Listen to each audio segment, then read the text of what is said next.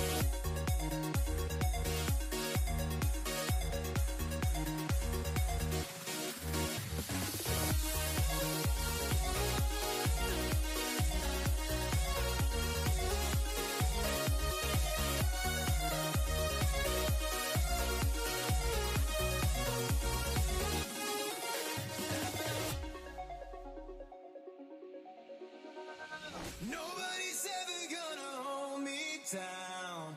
The night is young and we're free. Nobody's ever gonna throw me down. There's nothing left you can say. Nobody's ever gonna hold me down. The night is young and we're free. Nobody's ever gonna throw me down. There's nothing left you can say.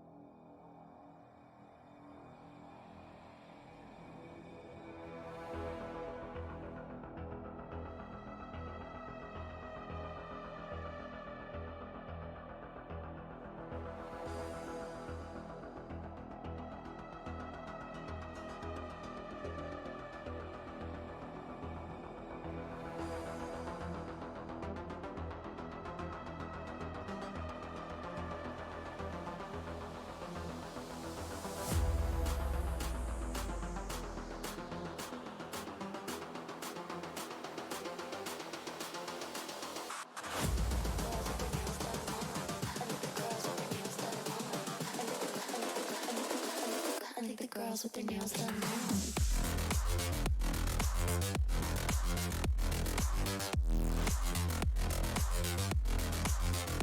Girls with their nails done. I like the girls with their nails done.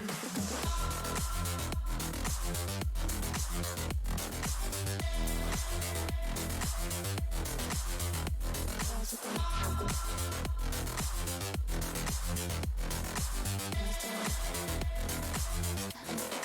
nails done.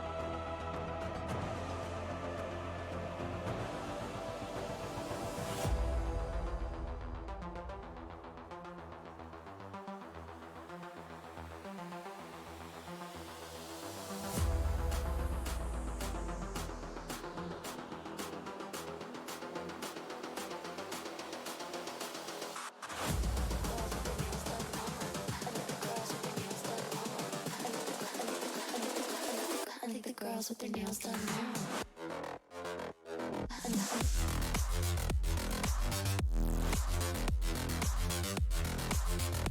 Girls with their nails done. I like the girls with their nails done.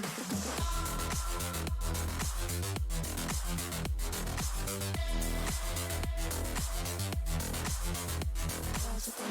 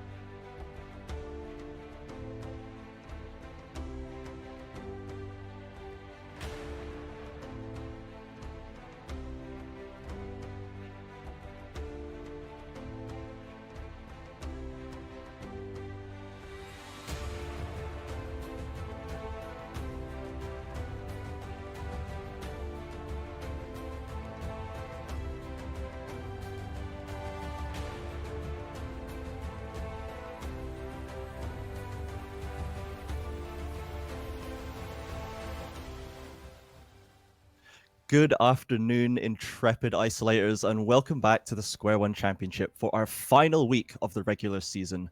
My name is CJ, and joining me today we have a ghost from SQ1 seasons past. Some of you may remember him as the mid laner for Royal Reapers, graduating from Twitch chat flamer to color caster. It's Omena. Hello everyone, it's nice to be here with you, CJ. I'm pumped up for these first few games today. We've got some very crucial matchups today. We will be first kicking off with Core Dynamic versus Sparx, followed by Black Lion versus Split Raiders. And let's jump straight into this first matchup because, as I said, this is a really, really important day for Core Dynamic as they're trying to secure that final playoff spot. Yeah, exactly. I'm looking for some nice, good, aggressive gameplay from them to be able to take down Sparx Esports, since they are the favorite on this match. Absolutely. Sparx have been surging a little bit recently. They had a 2-0 dominant week last time, taking down Nuclear Storm Gaming pointedly there after having a little bit of a rough mid-season, whereas Core Dynamic, they had a really, really bad first half, and now they're looking a bit more revitalized with the addition of Varte coming into the jungle with these interesting picks, and as you say, a little bit more aggressive plays, kind of being proactive across the map. We are going to jump straight into pick and ban. And Omena, what are some champions, I guess, that you're expecting to come out of Core Dynamic, looking to take this win over Sparx? Well, their jungler Varte, he has a distinct champion pool, and if I was Sparx Esports, I will try to limit that down as they do with the Ivan pick right now. Exactly.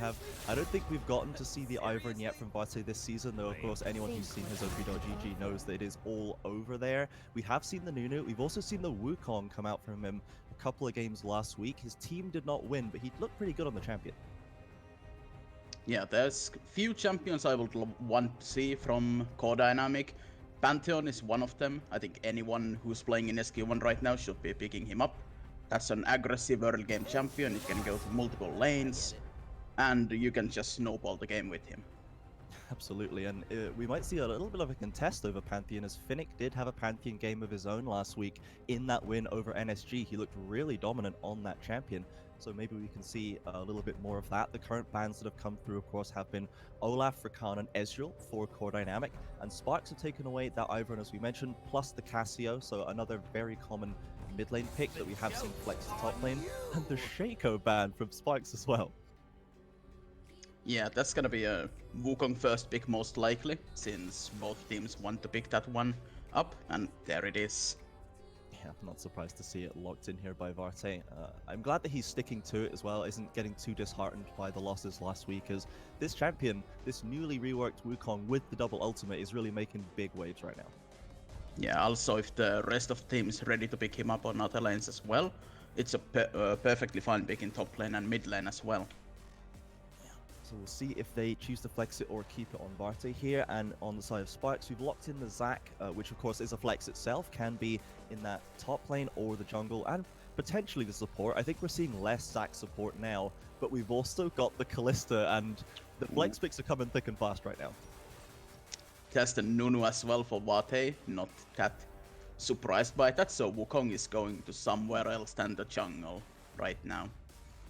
I would guess that we'll see it onto Lucker, just because he has played he's played Diana in the past. He didn't have a great performance on it, but it is more of that kind of aggressive style. And I tell a lie, he's locked in the Syndra, so we're looking at that Wukong top lane. Syndra can go still to bot lane. Oh, I think true, Redder has played some mages down there as well, at least in his OPGG. Yeah, And that's this draft is going everywhere right now. Yeah. There's just flex picks all over the place. And now the Malphite hover as well. Yeah, I would love to see it. I sadly don't think we will, but who knows? If it's maybe expecting the Wukong mid lane, but it is going to be the Yuumi locked in for Lonely. We have seen him piloting this champion quite a lot. Can't pair it with the Ezreal, it must be said.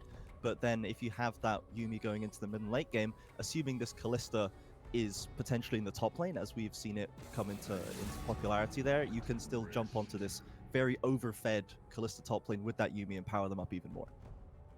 Yeah, also Yuumi on the Zac, if the enemy team has no healing reduction yet, is a disgusting combo. That's very true. Just the complete unkillable blob just running rampant through your team fights. The second round of bans starting off with the Nautilus being taken away by Sparx from CD, so a little bit less CC and engage. Something like a Syndra Nautilus is a very, very scary prospect in that bot lane just because of the CC they can throw out and catch you with. Yeah, there's a Varus ban from Core Dynamic, and I'm a bit worried that they might throw their ADC bans into waste if they go Kalista Yumi bot lane. But there's one champion I would love to see banned right now, and it's the Echo from mid lane. I think if Syndra is going mid lane, I really want to see that Echo ban from Deikara, who is really good, at least according to his OPGG. I'm not sure we've seen him play it this season, but of course, as you say, coming into that, Syndra would be a very strong pick to pick up, and they already have a lot of damage coming through with potentially a Kalista and Umi combination. It's going to be the Lucian ban taken away, so they're kind of taken away, at least still a champion that can pressure a lot in the mid lane, though definitely a very different style, and maybe expecting the Lucian bot lane or the mid lane. It's kind of hard to say. Yeah, honestly, I still want to see a few more champions before I can piece out this draft. Yeah, CD's draft especially is just, it could be anything. Anyone could be anywhere. Like the Nunu we're expecting into the jungle just because of Varte's record on that champion. But apart from that, it's kind of all to play for as the Mordekaiser's been locked in for Sparx. Now, this is actually flexed a lot less right now. It technically could be mid or top, but at least in Square 1, we have seen it really only have presence in the top lane.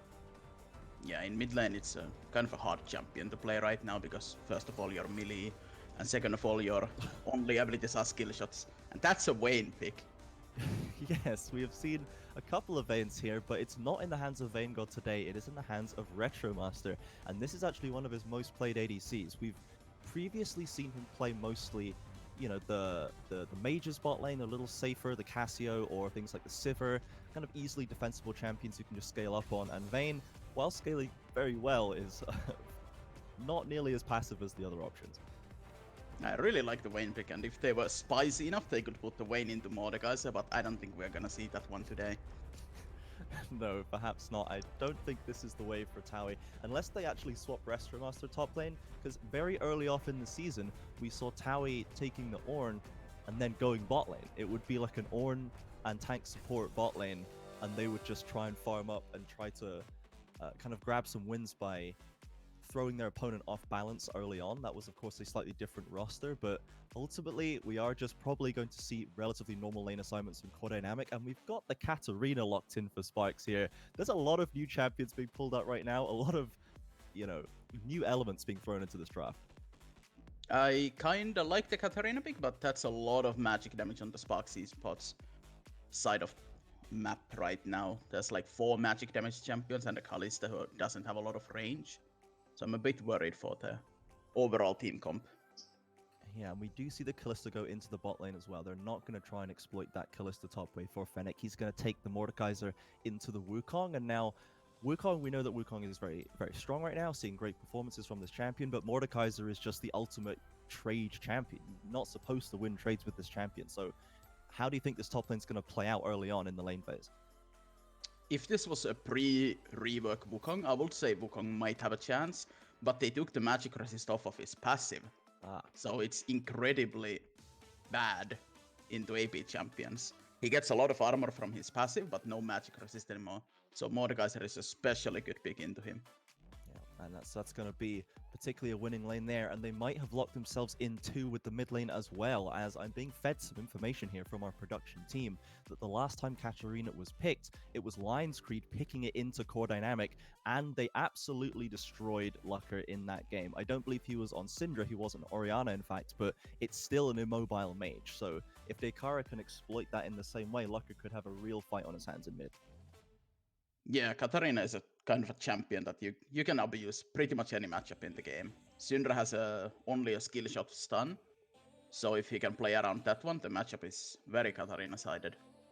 Absolutely. Deikara, of course, we have seen him struggle a little bit in the lane phase throughout the season, had a little bit of a tough time, does tend to pull it together in time for the mid and late game, but ultimately, I think Lucker can stand up to this player in terms of general skill. We have seen Lucker have some really strong performances. The one that really sticks out to me is the AD Varus, where he won the lane versus a Zed, which is really not supposed to happen as far as I can tell, so Lucker probably not going to go down without a fight in this mid lane.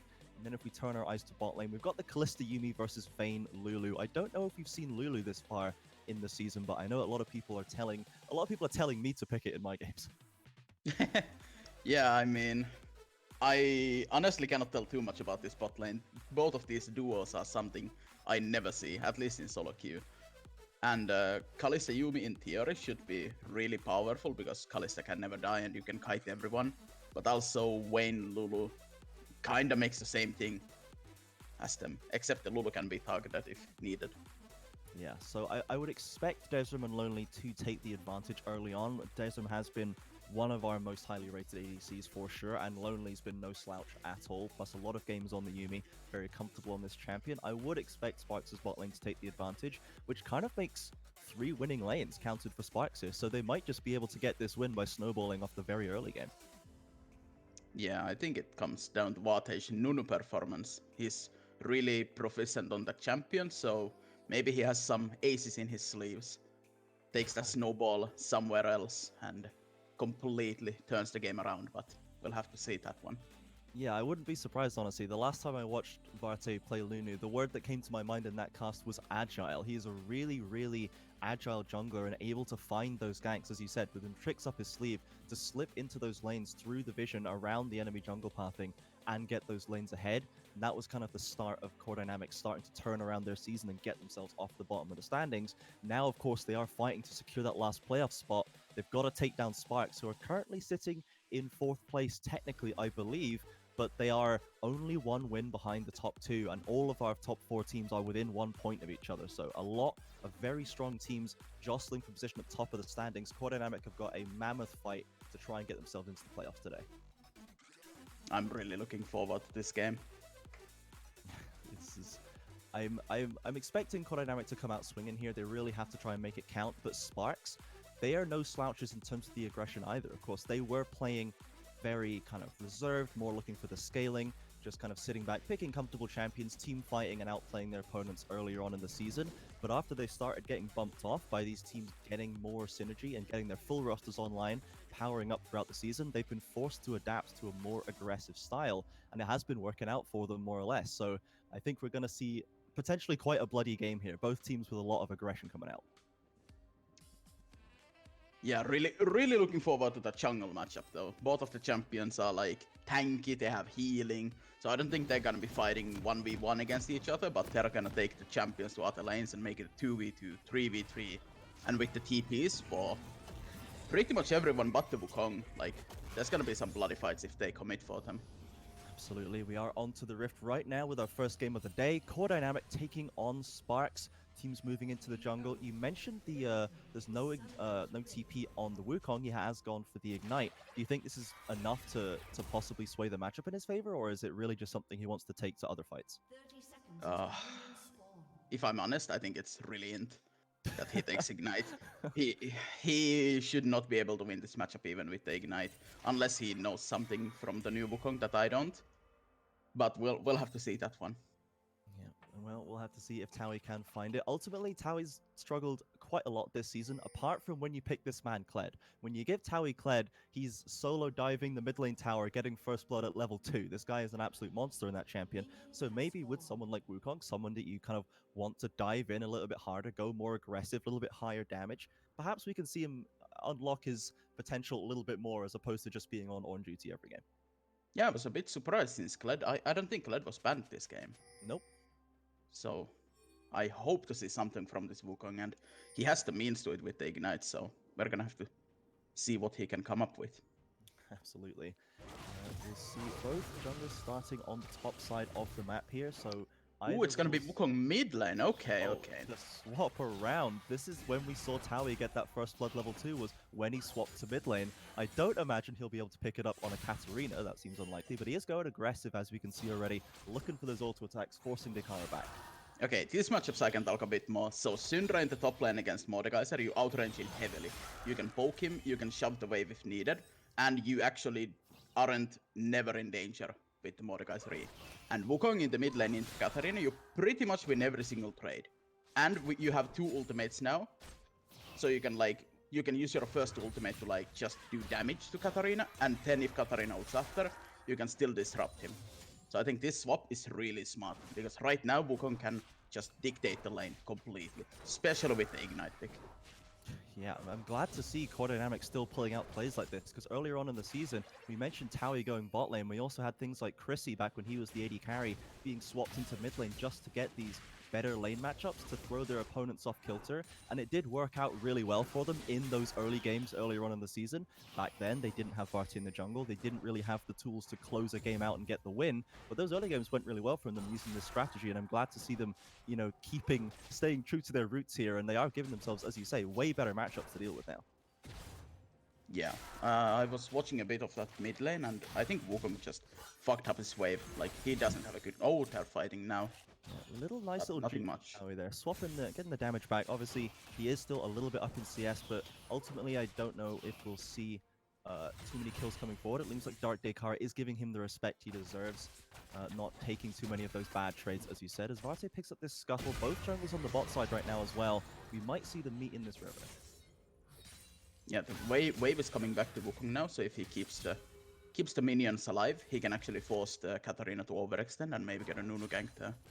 Yeah, Nunu has come in just to push Dekara away. Oh, nice little juke on the snowball there, jumping back to the minions. Dekara avoiding that one nicely, as I do believe we have seen a ward picked up in the top side. Nunu going for that second scuttle in the top side, going to be ahead of Farm and CS, while Antero, he wants a little bit of blood, looking for a gank in the bot lane perhaps, but Retromaster and Meki, they're being very respectful. Move back to the tower.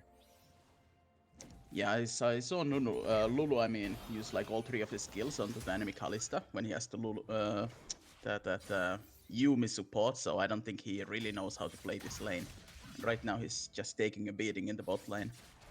Yeah, Desm and Lonely taking control of that one. They do have the triple combat summoner combination, as we have seen a lot more of this. Oh, hang on a second. Towie's going for a little bit of a fight here, and Dekara's getting ignited. Has to dash away. Towie isn't able to follow up with another dash in bot lane now, and Terra's coming to make this gank happen.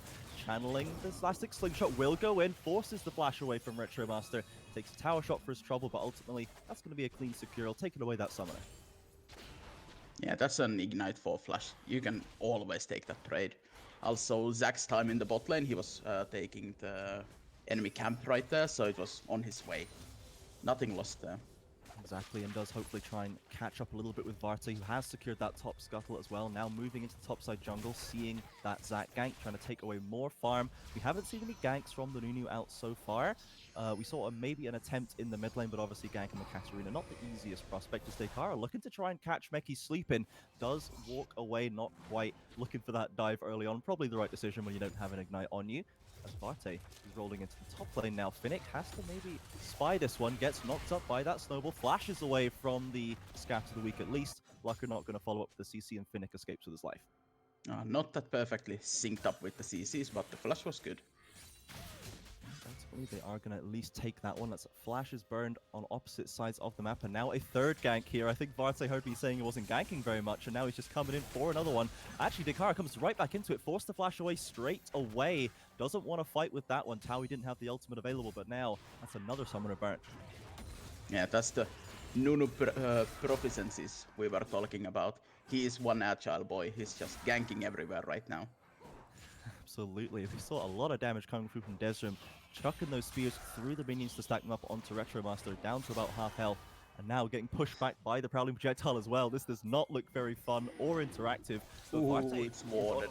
On this dragon. Here comes the elastic slingshot. Here comes that snowball trying to escape. Actually, the Zack engage, flashed away by Desrim. Varte now on the wrong side of town is going to try and come back over. Desrim dropping very low. The summoner's coming out. The first blood secured by Retromaster on Vayne. They turn the fight around. Now Towie is here to clean up the Yuumi. Nowhere for this cap to go.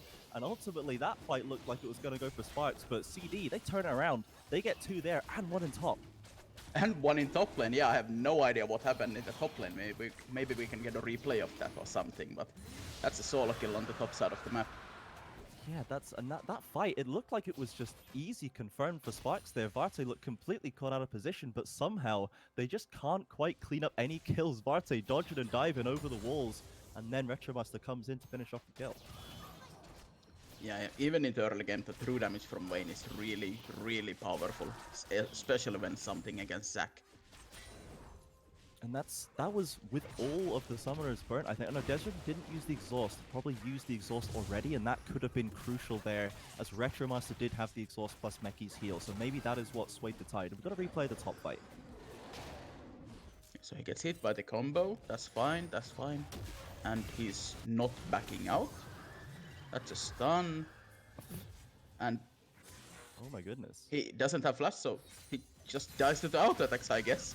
Yeah, Fennec just getting very hyper-aggressive on that fight, really thinking he could take more than he could. And now we've got the commitment for the ultimate for Dekara just to push Taui away, but he has the no Cyclone available, no Ignite either, and Dekara bit off more than he could chew in the mid lane, gets ignited down, a second kill for Taui, doesn't even need the ultimate there. I think he thought that the Arm God is gonna be enough, but the new Wukong is just broken right now. You cannot go and fight him like that. Yeah, and the Conqueror stacks coming through, really helping to win that fight out. And Terror now looking to get something back for Sparx, as nothing has gone their way so far. Into this bottom alcove, possibly has been spotted out, hasn't got sneaked into this brush, gets right on top of Retromaster. Lonely jumps in, and Desmond to follow up with those auto attacks. They are going to finish off the Vayne.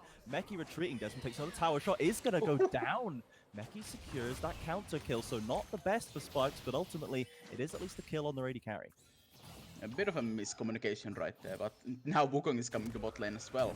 Oh, and Terror wants to go in. They know they want to try and trade their life here, but we've gone back to AD carry for some reason. In we go. Meki's dropping very low. Taui trying to get something locked in. The Cyclone has come out. Another charge available, but will probably just clean up these Zac blob stacks. Does have the AoE if needed, and is not going to need it. Going to clean that one up, Lisi. That's a killing spree for the Wukong mid. That Wukong is gonna be one fed boy.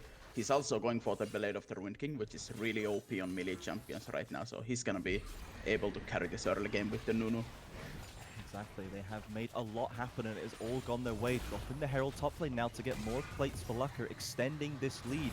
Finnick keeping up in CS, but that, you know, that kill has just obviously put him so far behind. He's getting shoved in by this matchup that you mentioned, very tough for Mordekaiser, and it's showing this lane swap is working out perfectly for them.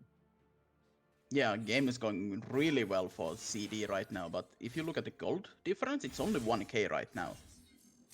They have the dragon as well, but it's only 1k right now, so anything can happen. It's pretty impressive, honestly. I guess it's a lot of it is probably to that farm, and Desrim in the bot lane does have 300 of that in his own pocket. A full 1,000 gold behind almost in mid lane alone. So that's really where this gold lead is extending. Top lane pretty ahead as well. So Desrim, really, it's all on this Kalista. It wouldn't be the first time he's been asked to hard carry his team, but I think it's definitely going to be on his shoulders today. Yeah, there's been a lot of fighting, and also the matchup is not good for Vayne. Oh, they're going in.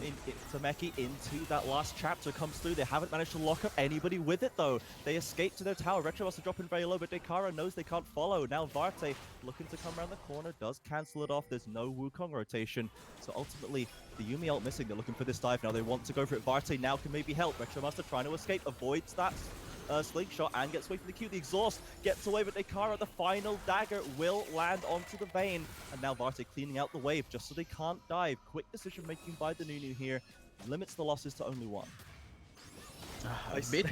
But they're diving again. Meki now getting attacked by Desmond. The spears coming thick and fast. Varte trying to do what he can. Ultimately will go down, and the Kalista ultimate bringing in the golden Zac into her breast and will walk away. They get another dive off, so that Sparx back in the game, really. Yeah, the gold is even right now, so it only took one play for them to get back into even. Yeah, Taui was just murdering this mid lane tower the whole time, though. Did get every single plate off that tower besides taking it completely down, and Dekara now has to be very careful about this mid lane tower.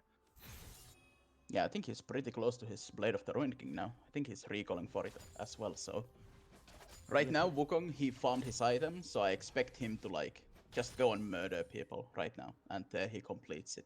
Yeah, with an extra Ruby Crystal as well. I think while he was sitting there, so that's 4 plates that he picked up at the time. That's, what is that, 4 times 120? 480 gold just by sitting there and getting that. It's 160 nowadays. Oh, is it? So 160, so that's quick maths. Catchka, please help me. 640, just straight in that mid lane. That's such a big chunk when he already had almost his way there, so he is going to be very strong now, as you say. Now, if you look back to the other lanes, bot lane is looking a lot better for Sparx now. Desrim's got some more money. Dekara got a couple there as well, so he's accelerating towards a Gunblade by the looks of it. Core Dynamic, though, they're not going to let up. They're going to try and secure their second dragon. Again, playing the mid lane, and look at that damage. There was only EQ and Blade of the Ruined King active. Yeah, and Dekara at least seems to be aware of the fact that he can't fight this Wukong now. He's got to just give up the ground, try and search for the money elsewhere. So you need to stop the bleeding with this Wukong. And we haven't seen Taui rotating and ganking too many other lanes so far. He has almost got this mid lane tower down. Maybe once that falls, we'll see him following Dekara, maybe looking for those team fights in side lanes a bit more. Yeah, I think the Katarina has been first on the rotations in the bot lane, and he doesn't want to go and face check 2 enemies alone. And he doesn't want to go for the top lane because Mordekaiser is just gonna ult 1 person and make it a 1v1. And it is actually going to be the bot lane tower going down first. So they're denying the gold from Core Dynamic there. Desmond going to be happy to pick that one up. And Terra once again pushing them out, walking into the jungle and pressuring away Retromaster and Meki. So that's going to be first tower gold to CD. We'll try and get the gold very close to even once they secure it. Actually, no, sorry, that's Sparx, my bad. They're actually extending their own gold lead after getting that back. So they've got the gold, they've got the towers. CD does have the dragons though. Yeah, and also this is a return tower kill for CD's side as well. Not the first blood tower, but still decent money. I'm trying to pick up this top lane one as well. We haven't really seen much action in top lane after that first kill. It's just been Lucker pushing in Finnick by the looks of the tower. And this is a game where Finnick, we've seen great things out of this player, but today he's just been completely stifled by the Syndra. Yeah, I think the matchup is just really awful. There's not much you can do unless your jungler comes up and helps you. Speaking of junglers, Antero trying to contest this red buff for Varte. Finnick has now rotated over, goes into the death realm. Varte flashes over, but Finnick follows. The ultimate will come down, but Mordekaiser finally going to get a kill for himself. Dekara jumping over onto his teammate using the leapfrog. Taui looking for something maybe, but with all 5 members of Sparx there, he knows this is not the time to go in. Yeah, CD was really late on the play. The tower went down in bot lane, but none of them rotated to the top side. And Vayne has only just moved from the bot side there. Meki's coming into the mid lane. Taui looking to waste some time there. A lot of damage being put onto the clone. Taui gets away pretty much unscathed and his tower will live for now. And Dekara fighting with Lucker in the top lane, trying to outplay him, trying to get away from these spears. The scatter of the week goes wide. Kind of brackets Dekara as he walks away. A little bit of damage, but ultimately this tower got to go down soon, surely. Yeah, if that E hit, I think the Katarina would have died right there. He has no magic resist at all, and also the Syndra is already level 11, so that ult was gonna hurt a lot. Absolutely, that is looking very, very scary. You mentioned that Core Dynamic, they were late to the rotation last time. If all of these team members show up together, which it looks like they might be angling to do, who do you think's got the actual advantage right here in a straight 5v5? Right now, in a 5v5, I think Wukong has the advantage, not Just CD. him, not the team, just the Wukong, Yeah, Mordekaiser is in the bot lane though, so it's gonna be a 4v4 maximum, and Wukong shines the less people there are. Absolutely. Just burning through them. It does have that Blade of the Ruined King, as you said. We've got that Ludens picked up for Syndra as well, so some important items being hit, but Retromaster still needs that Blade of the Ruined King. Still not even really close. Doesn't have the recurve bow even completed yet, so this Vayne is put so far behind, whereas Desrim, he's got daggers for days, plus that Blade of the Ruined King, almost 40 gold up by the look of it. Sorry, 40 CS up, 40 gold. Yeah, Wayne didn't have a nice game this time, and he's getting hunted down again. Yeah, and Tero just forcing him away from that farm. Dekara's maybe one of the only people that Vayne could try and contest CS from, just because you can condemn them away, but not with Antero flashing on top of you as well. Yeah, now we go back to the 1-3-1. I think Lulu is just gonna be going to the mid lane, covering up for that, and they're giving the solo XP to Wayne, which is really smart right now. Gotta try and get Retromaster back in this game somehow, as Taui's still just farming it up in the mid lane. Meki does seem to have abandoned their bot lane as well. I'm not having much fun with you. I'm gonna go and follow my strong players around, maybe try and give Nev a better chance. And if you've got the Lulu knock-up plus 2 Cyclones, just people have been bouncing around for the whole fight. Yeah, pretty much. Unfortunately for CD, there's not much they can take on the map right now. There's a bot tower up, and the dragon is gonna come up in 35 seconds, but before that it's just, oh, what was that jump?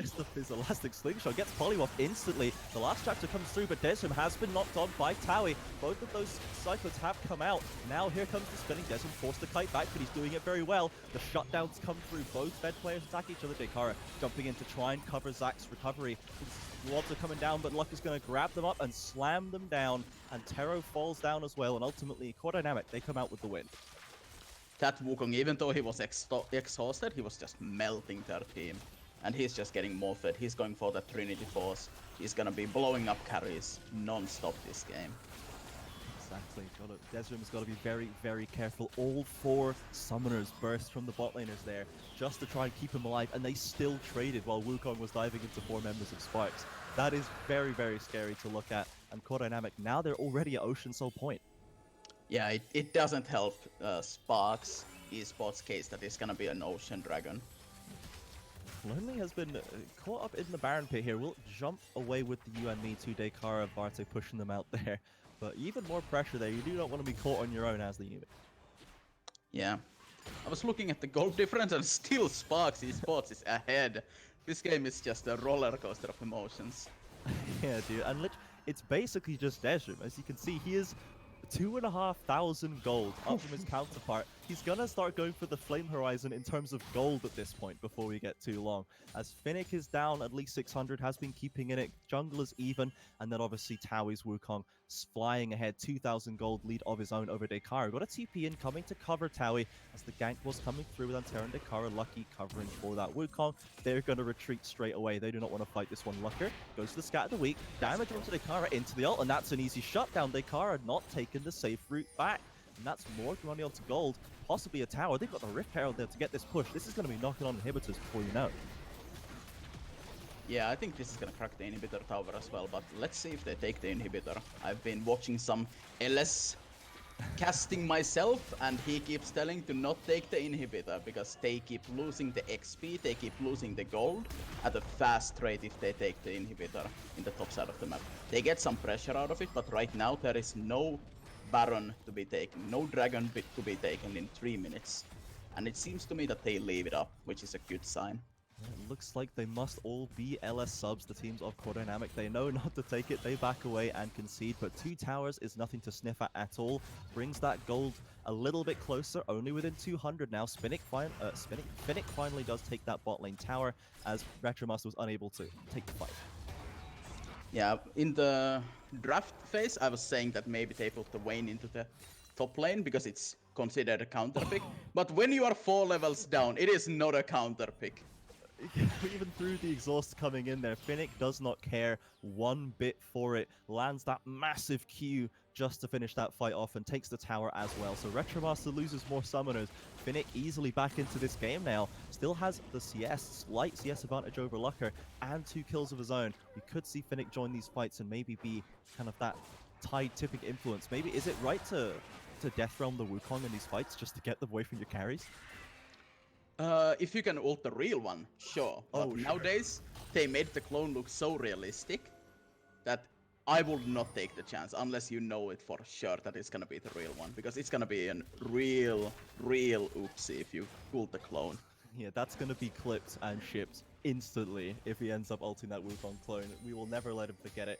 Twitch chat will never let him forget it. Let's hope that we do not see such an embarrassment for Sparx Finnick, as he does have 2 items completed back into that bot lane though. Looks like he's still going for that split push, as it has been working out very well for them. It's probably a big part of why Sparx has just have this inexplicable gold lead all game. Yeah, I think he's gonna be spending the rest of his game on that bot lane or top lane. But on the side lane, no matter what, because he has built a Nash hostel for himself. He's gonna be wanting to slap those towers down. Absolutely has great split pushing power with that one. Lucker has now been subbed back in to fight him as Retromaster was unable to do so, but Antero looking for the engage mid. Elastic slingshots in, easily polymorphed and flashed away by Meki. Now Varte looking for the counter engage. Desrim's been caught by Towie, but Yuumi is keeping him alive. The root comes through and Towie was exhausted. Flashes over with the second Cyclone, but can't quite do it. Dekara picks up the kill, Desrim will at least go down, and now here comes Lucker over the wall, flashes over with the unleashed power to take down this Katarina. Now Lonely is left all on their lonesome. Sparx Finnick has to watch as their team gets melted, and Varte now chasing down once again. The snowball keeps following them over, flashes over the wall. Retromaster coming in for the chase, doesn't have the last hour available, but does get the condemn just on the tip of that jungle wall. Now can easily clean up this kill with the support of the team, Varte and Meki getting that shutdown for their Vayne. A very nicely played fight by Core Dynamic. Yeah, I think Sparx was helping them quite a bit on this fight. The Zac was diving the Vayne-Lulu duo under the tower for some reason. I don't think he did anything to that Vayne. Vayne ended up like still staying alive with full HP. And Wukong was just melting them even through the exhaust. Yeah, I think that's the second time we have seen Taui just get exhausted and still basically soloed Desrim all by himself. Desrim does now have the flash available. Once again, all of the summoners being burnt to no avail, and Taui is just doing so much work. Does have that Trinity Force completed. Has now built an Aegis of the Legion, so I'm not really sure what he's going for here. Which That's item gonna do you be think? Death Dance. That built it. Oh, of course, the rework Death Stance now with the resistances. That's going into there, of course. So that is still more damage coming out of this Wukong, even more threat, but maybe will survive a little longer, as he is usually being traded in these team fights. Yeah, also, that was a soul for CD. Just took There it. was no contention of it. Snapped it up, but now Antero looking for another fight in the mid lane. We're going full any ram, boys, as here comes the last chapter. Retromaster locked down. They have shut down the vein. Sparx, Finnick will picks that one up. Taui's going in, is onto Desrim once again, but now doesn't have the damage to finish it off. Desrim's kiting back and kiting back. Taui, though, takes down Daikara. Now we've got the 1v2 as Lonely is on the back of Desrim, helping to win this fight, but Taui is still winning it with the Ocean Soul. They cannot burn through this Wukong. Finnick at least has chased down Barty and can maybe look to get something back. But now Nunu's rolling away with that snowball, and Core Dynamic, the Ocean Soul coming in clutch. Taui is just running rampant over this game. It looked so bad for the Wukong, but then he just turned around and started slapping him, and he just reached back to full HP. Oh, That's so sad for Desrim here. Absolutely nothing that he could do. Spent almost the whole fight auto-attacking that Wukong, but there's just no damage to be done. The Ocean Soul is too strong. The tower will go down. That's going to be the first hit broken of the game for CD, and the game is just entirely in their control. now I want to see them take a reset. I want to see them go straight to the Baron, into the enemy side of the jungle, get vision control, and just start playing with the Baron.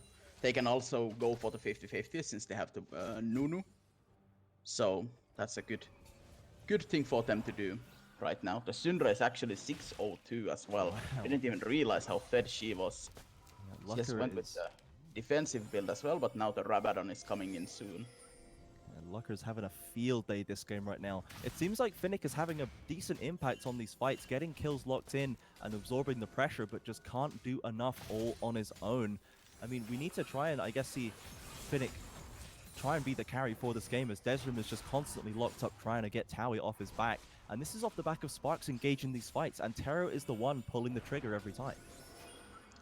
Yeah, I really expected the Katarina to do a lot more, but she doesn't even have like 2 full completed items right now when Wukong has 3 completed expensive items. Those are some of the most expensive items in the game, and the gold difference between these mid laners is just huge right now. Absolutely, and they're kind of... Wait, is that... Almost 4K. 4K on the advantage on the Wukong, and only 13 CS up. There's just so much more gold coming in from the towers, from the kills, from the general gold being secured by CD here. And I think that Daikara's items, they're almost all defensive items as well. The Gunblade, Mercs, Seekers, and a Null Magic Mantle. Like, there's just not that much power coming through as they're burning through the Baron. Core Dynamic begging Sparx to try and take another fight as Antero's gearing up for that slingshot. Tries to go over, tries to sneak it away, but Nunu will not be contested in this one. You cannot get past that chomp, and that's going to be an easy Baron picked up for Core Dynamic. That was a really good setup from CD's side. They knew that the Mordekaiser doesn't have TP, so Syndra went to bot lane, pushed in the wave, saw Mordekaiser, and immediately TP'd to the Baron. So Mordekaiser cannot come and ult the Nunu away. They can just safely take it away. Absolutely, and there's no really such a thing as a 50-50 when you got a Nunu on your team. Willump is always going to give you that extra little bit of power with that consume, and now they are easily to pick that one up. The side of Sparx does have the Callista potentially. If they're ever in a position to take the Baron, they do have something which could maybe contest that Baron taking power, but when they're getting shoved around this side on the map, it's hard for me to believe they're ever going to get a chance. Yeah. Now they're just gonna go 5-man into bot lane, which is a really good sign that they're doing this. They're not gonna split the map, they just wanna go 5v5 into the enemy team. They're gonna force Mordekaiser to ult someone not that important, and they're just gonna burst the shit out of enemies.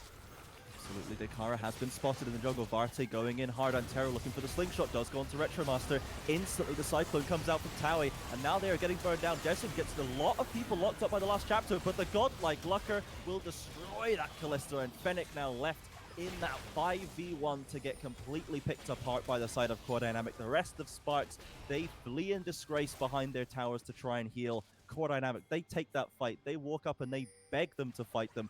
They take the fight, and easily, they're now 20 kills to 10. They're pushing in the base with the Baron. This looks like the game. Yeah, Katarina again getting caught and not dying for his sins, but instead letting his team die and just keeping his KDA at least decent right now. Absolutely, and Core Dynamic, they're going to pick up this first win against Sparx. They are bucking expectations again, and that win has just got them onto that 4-point mark. I think they are now tied for that 6th place spot, and playoffs now became very, very doable for them. As the last game of the day, Core Dynamic versus Black Lions, that could be the ticket they need to playoffs. Yeah, I mean, this game was just excellent from Taui. I think he and the Nunu were doing excellent job. The Syndra as well having a really good game, but he was just farming up in the top lane until the enemies ran into him, and he got the kills pretty much. But I have to shout out this Vayne. I have never seen a Vayne in a 27-minute game, 115 farm, and actually getting the win. Oh, yeah, that's Retromaster has got to be patting his team on the back right now. Has got to be very, very happy with that result, as they will be moving on with that victory. Looking forward to the rest of the day. And it's kind of what we said early on, the lane swapping strategy that Core Dynamic brought back for this game seems to have been the catalyst for this win. It's so impactful across the map. Bot lane admittedly got shoved in. We've got a replay of that last fight.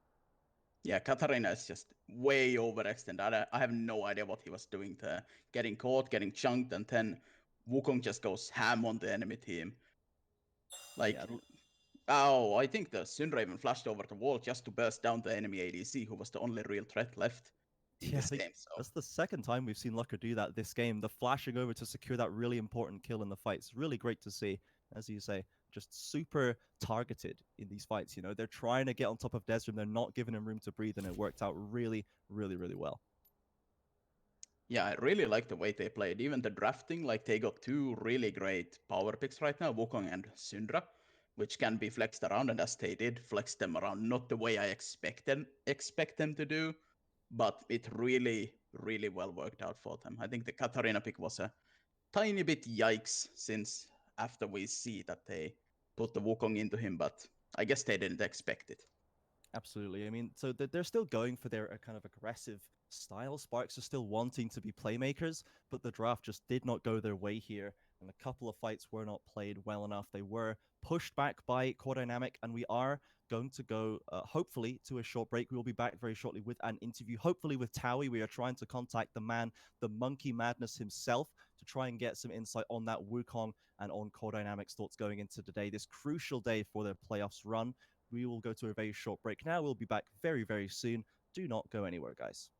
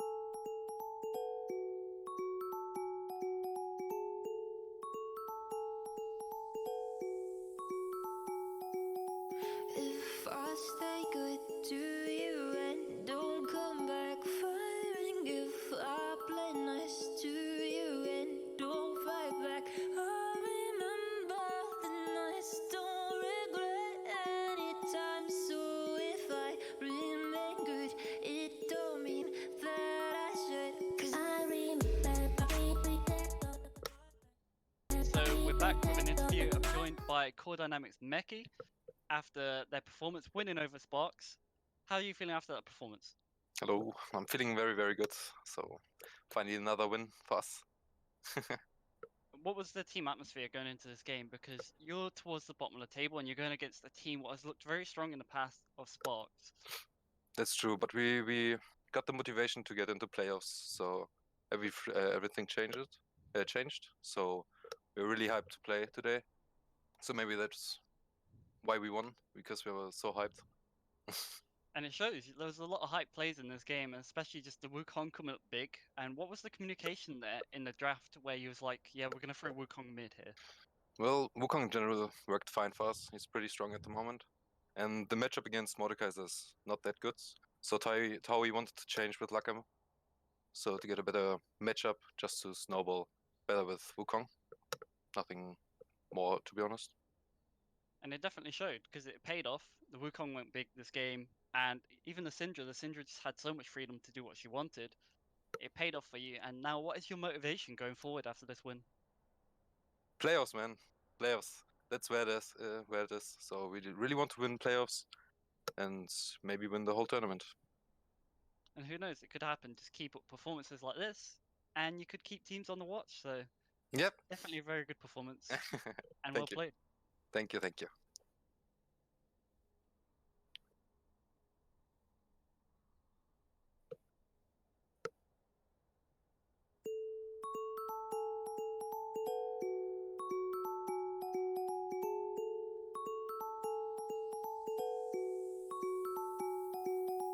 If I stay good to you and don't come back firing, if I play nice to you and don't fight back, I remember the nights, don't regret any time. So if I remain good, it don't mean that I should, 'cause I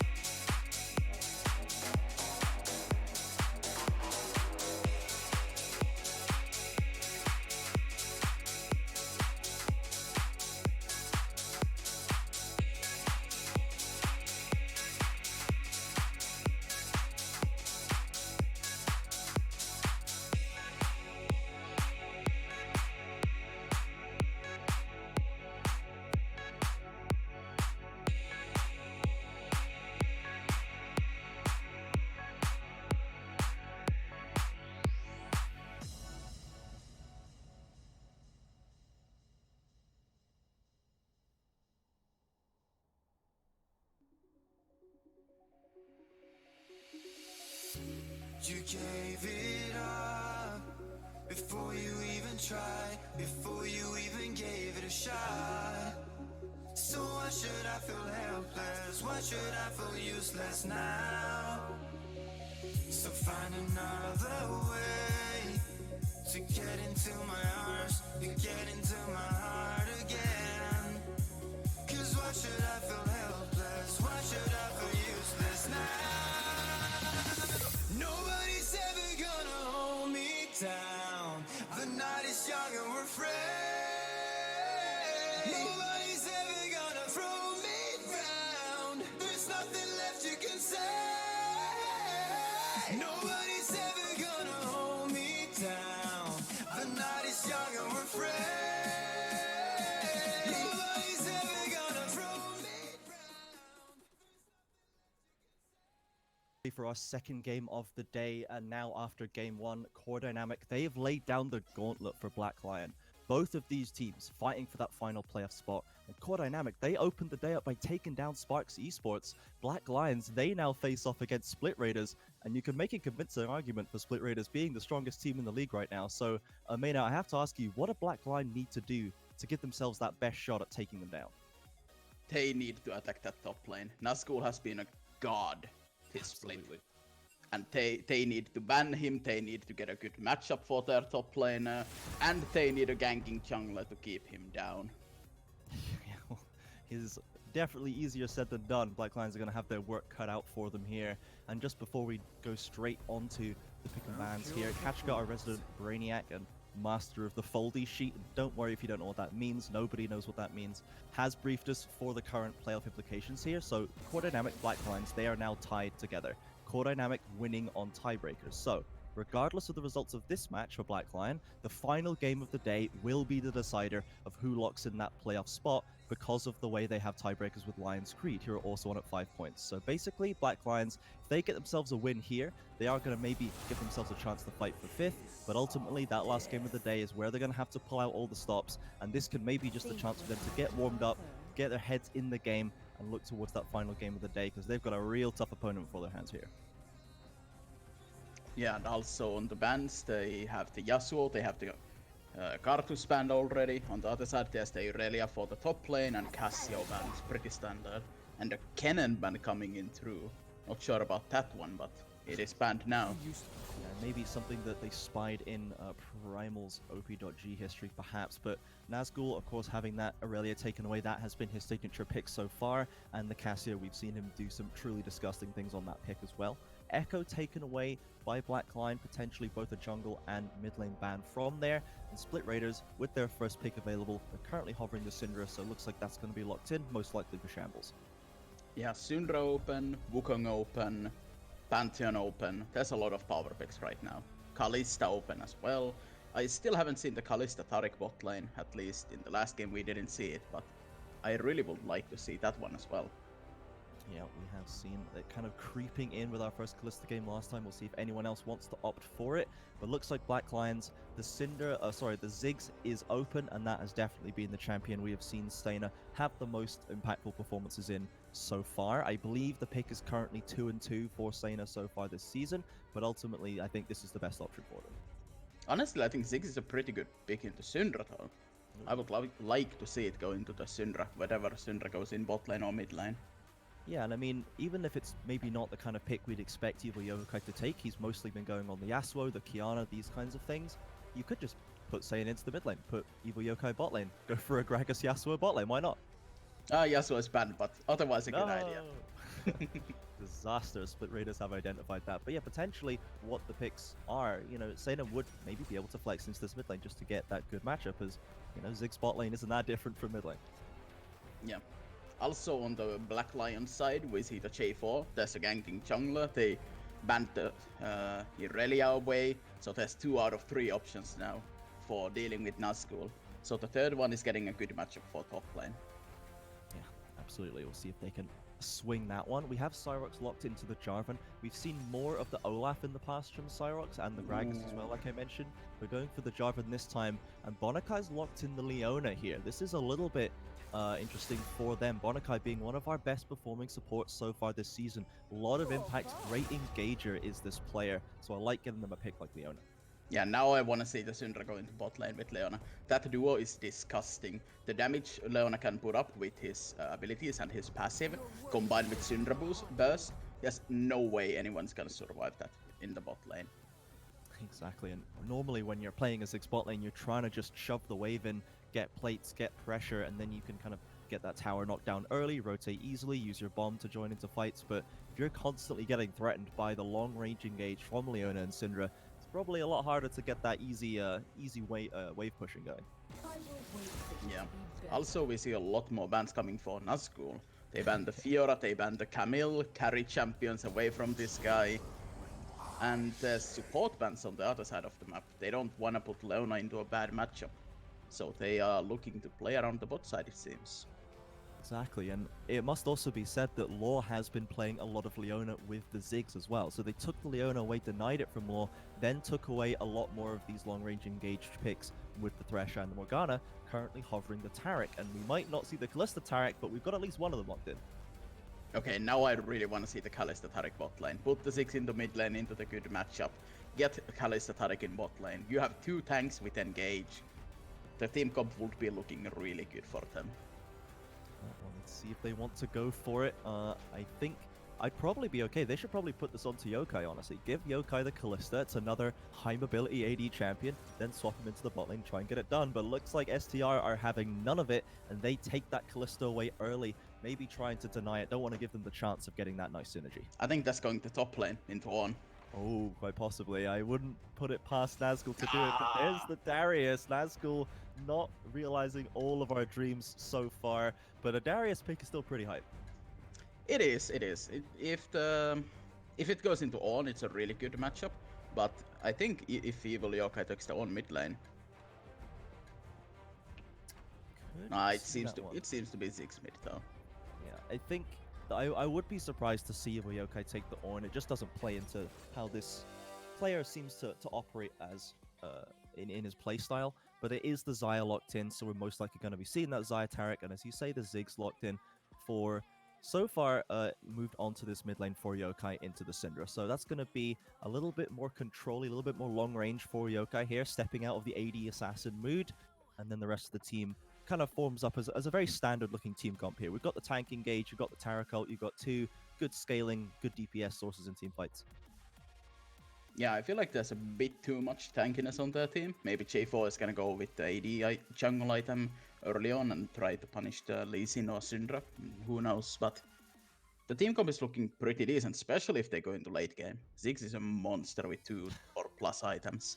Very, very much so. I wouldn't be surprised to see Sparx go the AD build. I mean, this guy is a very aggressive jungler. He's made his name in this league for just completely taking over the early game, affecting all the lanes really heavily and trying to fight you all the time, getting himself a big lead and his lanes in tow. So I wouldn't be surprised to see that warrior enchant come through for this Jarvan. And if we look over to his opponent here, Velia is onto the Lee Sin. And we've seen some good performances. We've seen some worse performances out of this guy's Lee Sin, honestly. Yeah, I mean, the Lee Sin is a skill champion, and especially into J4, it's a skill matchup. If you get hit by the J4 EQ, that's gonna take half of your HP. But you have your jump, you have your ward jump. If you have quick fingers, you can actually dodge out J4's like 80% of his damage, and you can turn the fight with the Conqueror. Absolutely. So I'm really looking forward to those jungle 1v1s. Yeah. Also, in the top side of the map, there's the real banger of this game, Darius versus On. I don't think that On gets to play the game. This game. Primal He's gonna be under his tower. Yeah, Primal's played a fair bit of On this season, but ultimately, you know, especially nerfed as well, you just can't hang around. If you go for a trade, you need to get out of there as soon as you start taking that trade, because as sooner you stay around Darius, he's just going to stack up that passive, hook you back in with the Apprehend, and then you've got nothing to do. Nazgul is the king of the top lane in this league. I believe in at least one of his past games, we saw a 7-0 laning phase out of this guy on the Aurelia, so you've got to give this player the respect he deserves. Yeah, that's definitely scary if you are the Black Lions side on this game. Yeah, so we could see the ganks come through just to try and punish this, at least immobile Darius. You know, taking the Aurelia and the Camille away from Nazgul means that he doesn't have the same backline access, potentially, that he had before. So it's harder for him to take like a massive lane lead and snowball it into a 1v5 performance. But if they're trying to gank this guy, ganking a Darius 2v1 is always a risky prospect, as you could just throw the lane completely out the window when he turns it on your head. Yeah, the Q healing, especially in the early game, is actually disgusting. Like when you play champions like On and J4 into him, you take him down. You're like, okay, this is looking good. Then you get the E with the Darius. Then you get the Q on both of them, and suddenly he has double your health, and you just go down with the passive. It's not fun. I would not go into even near top lane. I would just sacrifice at lane, try something in the bottom lane, or try some invades, because you have in the early game a losing mid lane, because Ziggs doesn't have a lot of base damages. You need items of that champion. Also, you don't have a lot of mana early on, so Syndra has the push potential as well. So bot lane is what you want to do if you're playing J4 this game. Yeah, and we have seen Zaina and Law take over some of these bot lanes. Mostly it was with the interesting mage picks like the Ziggs in bot lane. Now they have gone for a more traditional setup. And they're against the Kalista Leona here, Electric God and Bonakai. Bonakai is very strong throughout the whole game, but Electric God really shines in the team fights. Having a pick like Kalista does kind of unlock that potential very hard, but it might mean that Zaina, they maybe could turn a fight on its head with good use of their own ultimates to get themselves ahead before the Kalista's able to scale up into those team fights. Yeah, I think these fights are gonna be a lot of the front-to-back team fights. Who has the stronger front line? Who has the champions to actually melt the front line? And if it's just a pure 5v5, I think the Black Lion setup right now has the advantage, but it requires Ziggs to have 2+ items. He really needs those 2 items. I think he's gonna go for the Ludens, and then he needs to build up the Liandries for himself, so he can actually start melting the front lines of the Split Raiders comp. Yeah, so ultimately Sparx, as we said, very aggressive player, likes to gank a lot, but doesn't have too many options where you can't just get turned on his head. So maybe, as you said, we'll see him go towards that bot lane, try to push that advantage further up while they scale up. They do, of course, have the Ornn items potentially coming through. Zaina, if let's see what Zaina chooses to build. If you want to go for that, second item Rabadons just to get the Ornn item proc nice and soon onto that strongest item, or if you want to go the usual kind of Ludens into Liandry's and then get a maybe slightly worse upgrade. Yeah, I mean, that's one thing to take into consideration, but especially now with the Ornn items nerf, that you only get them after level 13, it's still gonna take a while till you get them. Exactly. And especially if Primal is having a rough time in this Darius lane, probably going to end up somewhat behind on XP, depending on how the lane goes and if he's able to survive. And I guess, since we talked about Sparx really needing to focus on that bot side, what does Velia need to do? Does he need to match Sparx and prime protect the bot lane, or really try and force the advantage through on his mid and top? Honestly, he has the keys to this game. He can do anything he wants. He can go into mid lane, he has set up from the Syndra, he can go to top lane, he has the Darius into Ornn, he can go into bot lane. I don't think the enemy bot lane, they have Taric and Xayah, they have no escapes. And in theory, he should win the 1v1 in the jungle matchup as well. So he can do anything this game. Only the sky is the limit for him. Sure, so we'll need to see if he can take that potential and get something good out of it. Split Raiders, of course, they are currently 1 point behind the top of the standings. They are still tied with Sparx Esports, as Sparx did fall to Quad Dynamic in our first game. They are looking to try and fight for first here, as Absolved and Nuclear Storm Gaming, they do have some quote-unquote easier matches later on this week, as they will be playing against Glorious Gaming and Lions Creed, so we're expecting them to take both of their wins. But if Split Raiders can get this both locked up nice under their belt, then if NSG and Absolved, if they fall, if they make a mistake, they drop an easy game, Split Raiders suddenly, they're looking at first place. Yeah, this game is gonna be some bloody work. I just looked up the summoner spells from Split Raiders side, and there's a Ghost on the Darius, there's an Ignite on the mid lane. There's gonna be a lot of kills in the early game, hopefully. No TPs to be seen on the side of Split Raiders. I think that might be the first time all season I have seen, in Square One, in solo queue, anywhere, that I have seen a game with one team having no TPs on it. And I love to see it, honestly. This is what Split Raiders are so good at. They have this crazy dominant top side. Shambles has started taking names in the mid lane.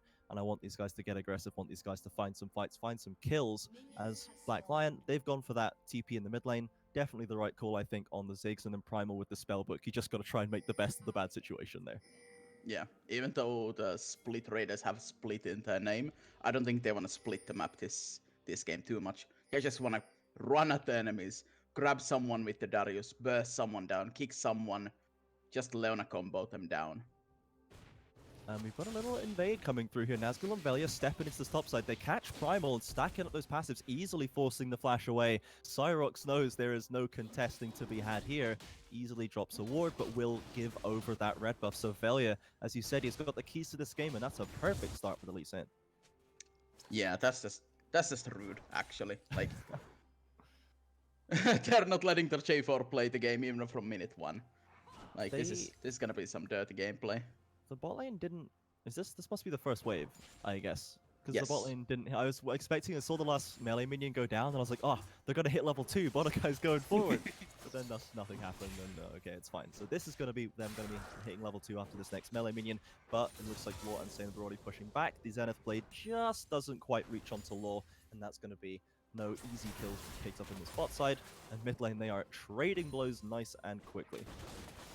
Yeah, the Ziggs has the TP and he has the cookies taken from his runes, and he has the corruption potion as well, so he can tank up some of these trades pretty fine. I think the Syndra is in a bigger danger since he doesn't have the TP and he went with the Doran's ring and already 1 potion down. Ziggs is already back to full HP, so Syndra has to play this lane a bit more careful. Yeah, Ziggs happy to take the trades all day for that. We'll need to see how they use the vision, as Cyrox has been known to focus around this mid lane. Cyrox and Yokai, that's kind of been the power duo of Black Lion. They've been the ones being the driving force behind their victories and their potential comebacks. So this, as you said, Ziggs not as strong early. It's hard to kind of solo carry the early game on a Ziggs, but J4 does have a lot of tools for that. We'll need to see if that's what he wants to do, given that he's now winning these trades already. Potentially might be able to punish Shambles for overstaying.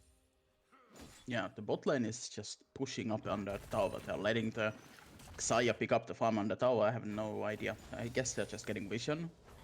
Scared of that J4 gang, but he should be... Oh, they're taking the Scuttle instead. That's pretty strong. Yeah, getting extra... Oh, look at this damage onto Shambles with a perfect satchel charge back in. Cyrox does hesitate for a second, though. Shambles walks away. The bot lane coming through. Velia's Sonic Strike is not quite going to land, and they are going to retreat there, but a nice trade starting that off for Yokai. Yeah, this is looking good for split raiders right now. Ornn is getting denied of the CS. The bot lane is just taking control of the jungle. And mid lane a bit shaky, but still not down in CS at least. Ooh, Velia coming in to contest this large raptor. Cyrox is going to give that one away. Comes through. The resonating strike once again will go wide. Cyrox escapes. Did smite the chicken away as well, so does get that value. Still with a low health bar there. Velia easily able to just take control, walk around. Dude needs to hit 1 resonating strike. I think we're 0 for 3 so far. Yeah, pretty much, but he's just zoning them out of the lane. Of course, yeah, that's what it is. Still remaining in the side of Black Lion's jungle here. Comes over with the Blast Cone. Is going to spy Cyrox doing the Gromp. And Cyrox now, there we go, lands a Resonating Strike on the Gromp at least. Hopefully he's going to take it. Not going to get that Lee Syndrome. Zaina comes in, just drops that ward. But he's still hanging around. A lot of pressure being exerted by the Lee Sin here. Yeah, he's just trying to bully the J4 as much as he can. So his laners can use that pressure. Does come in to fight Velia on the Gromp, taking a bit of damage. Law and Zaina are here, but so are the bot lane from STR. Velia forces Cyrox behind the tower, but now can they get the stun? A flash has to be used. The exhaust comes out too. The root lands, and the first blood picked up by Law. Too aggressive for Velia in the jungle. Gives away that gold.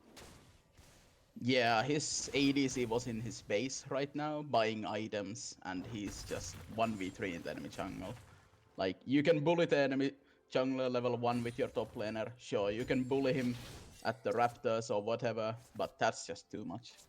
Yeah, just too much. A step too far for the jungle here. Unfortunately, Law was the one picking it up, so Zaina not getting the extra gold injection to net off that CS differential, but you still got to be happy with that one. They can't get that gold, and now Tarek's going to have a little bit of extra tankiness going through into this later lane.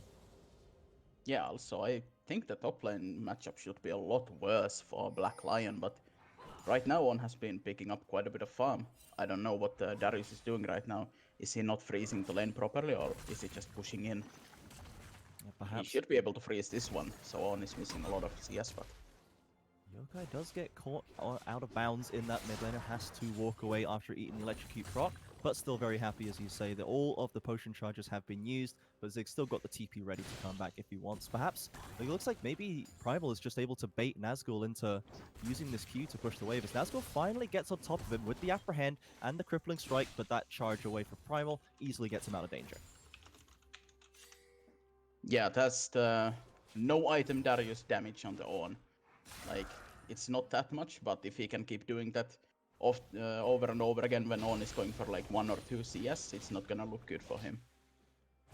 Absolutely, he's going to have to be very wary of this. Velia's up in that top lane as well, currently grabbing the golems, so they might be able to look for something, but with their Ornn on full HP and Darius not having really gotten too much of a pressure lead there, it's just going to be fine. And ultimately, Split Raiders, they did have, or should have had, the control a lot of this early game, and apart from bot lane, everything's going pretty smoothly for Black Lions. Yeah, surprisingly smoothly. They're 1k down, but that's because of the CS leads.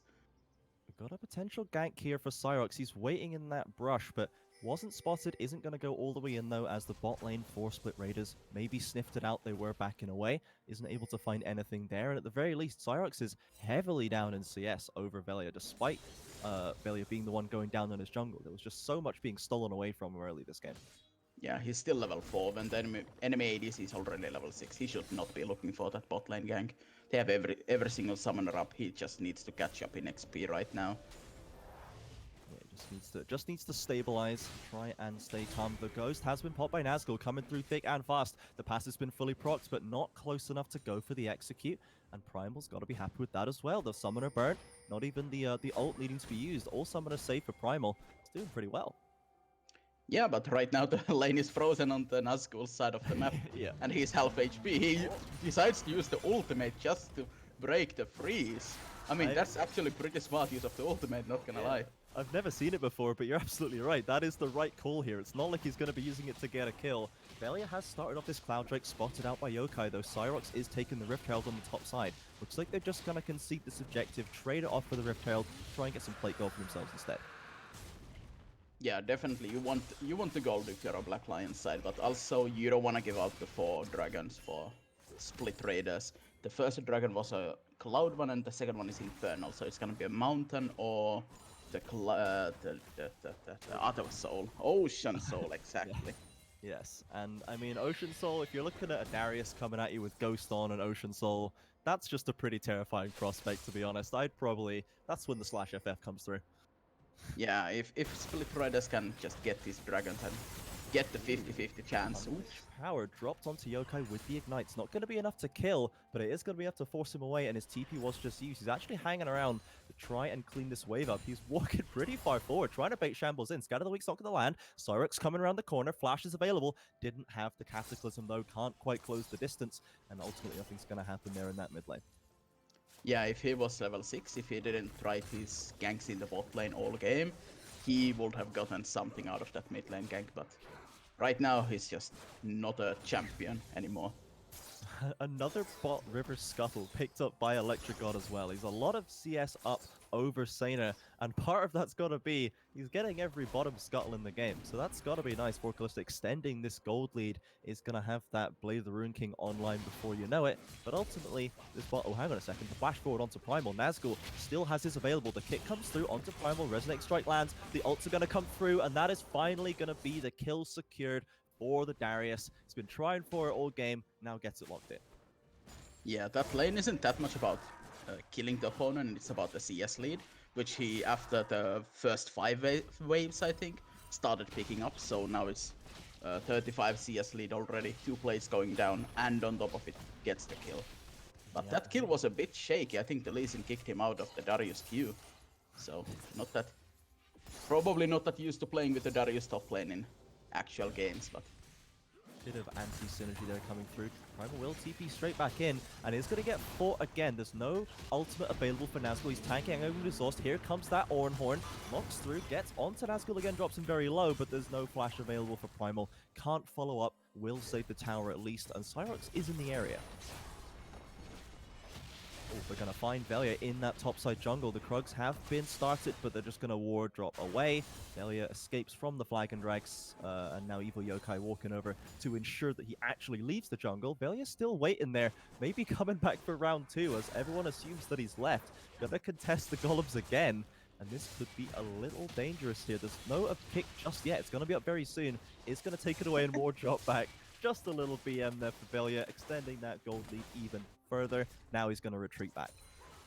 Yeah, he really loves to live in the enemy jungle, no matter the cost. So that goes on to it. Flashes past into the Dragon Rage. Yokai flashes away from the Leona ult, but there's too much follow-up. Shambles picks it up with the Unleashed Power, and Yokai finally falls mid. Yeah, you don't want to see that if you're playing 4 enemy teammates coming to dive you from your tower. And I gotta give credit to Split Raiders. Oh, there's another flash coming down. I gotta give credit. Oh, Lee Sin is dying as well. Gets caught in the 1v1. Sparx finally gets that ult online. Takes down Velia hanging around. I was just about to compliment how Split Raiders have complete vision control of the bot side of the map. And then they go and die. In the bot side of the map.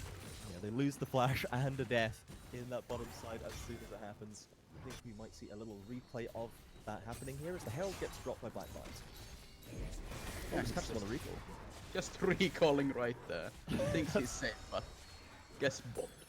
Yeah, that's a bit of a solo queue recall there. And now the aggression comes out from Electric God and Bonakai. The ult's been used in with the Taric ult. Can turn it around. Bonakai down to 2. Locks that stopwatch. Is going to survive. Another stopwatch from Sparx. In comes the Mega Death Bomb. Comes in there. Electric God throwing the spears out. Needs to clear off Sparx. The shield comes through. Lore drops very low. Electric God gets the first.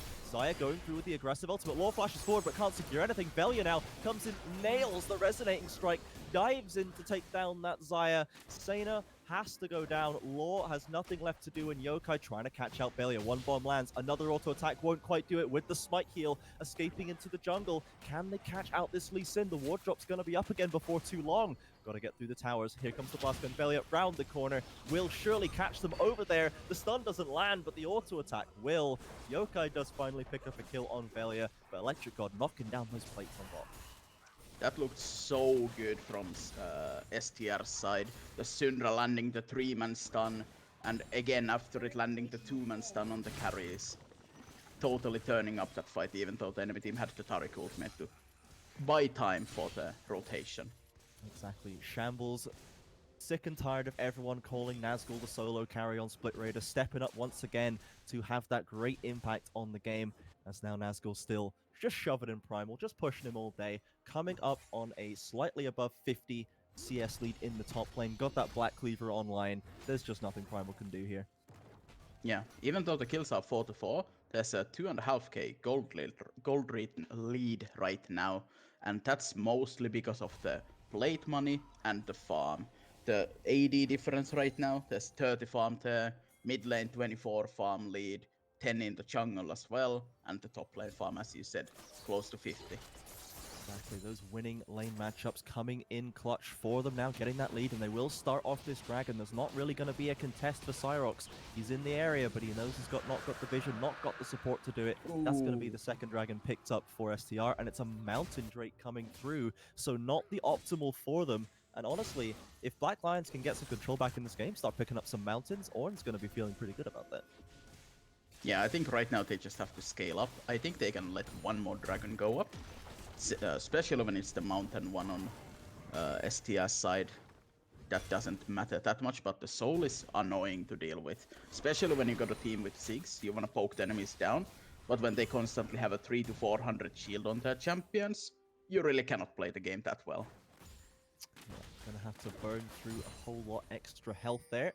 Maybe they will be able to do so, but so far it's gone back to relatively normal lanes here. We had a lot of scrapping there, but now the towers from Black Lions are falling dangerously low, and they're gonna start being threatened pretty soon. We see Velia onto that Rift Herald, trying to pick up the objective can help them crack open this game. Yeah, also the Ziggs bought some Mercury threats. That's a pretty weird buy in my opinion, even though the Syndra can have, has a fight coming up right now. Sparx has discovered Velia here, and the rotations from the mid laners are coming through. Sparx knows that Syndra's coming around the corner. They've got the vision. Opts to fight the mid laner. Instead, doesn't get the knockup though. The ultimates will come through, and Shambles does drop the Unleashed Power to try and secure a kill there. Ultimately, is so far going to be a trade. Yokai for one, and Lee Sin on the other, but can dive behind him. does get that Dragon's Rage into the double kill for Lee Sin off the back of Nazgul's support, coming down with the Ghost. Yeah, that's a fast Darius. You don't want to see that when your flash is down. No, just nowhere to go for Yokai there. And an interesting decision by Sparx there just to completely give up the fight on the Rift Herald. I guess just knew that Nazgul could rotate faster, but missing that knock-up onto Shambles probably crucial, and missing that extra damage doesn't quite get the CC chain needed to kill him off before the Unleashed power comes through. And now that Herald's being dropped mid, they're losing towers, possibly losing another if they cannot stop this. At least chunking it down pretty well, but I really don't like that play. Even though they get the first blood tower there, Lee Sin is the one who picks up all of that gold. I don't think the Lee Sin right now leads any more gold in his pockets. If they left it out for Syndra or even Darius, Kalista, they will get a lot more value for it. You're absolutely right. That might have been the optimal play there. Nazgul is going to clean up the top lane tower at least by themselves. That's going to be a coming up to 70 gold lead now in this top lane by 17 minutes. Farming almost pretty much perfectly on wave there for the Darius. And now we'll need to see if he keeps being a side lane monster or if he wants to come in, maybe join some fights. Yeah, what do you think he's going to buy right now? Is he going to go for some more aggressive items? I think so. Takes the Mercury Clips. The Triforce probably coming through. Yeah, that's here. the Triforce. Yeah, He's gonna be big real soon. Yeah, wants to capitalize on that snowball. It's going to be even faster using that Phage proc that the Trinity Force carries over from the item, and that's going to be very, very difficult to get around, as now all of the outer towers suddenly have been destroyed just with that little bit of pressure gain.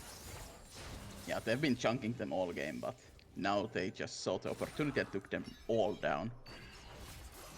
Swart and Sena going aggressive, but it is Bonakai who comes back on the return fight. Exhaust has been dropped in the Tower Cult too. The Cosmic Radiance will come down. Sena trying to knock down Bonakai. Another Flag and Drag missed by Sparx. The TP in for Primal. In comes the Call of the Forge God. Will knock up Electric God. The bomb comes through as well. Double flashed away. The tower goes down, but both players from Split Raiders, they escape with their lives.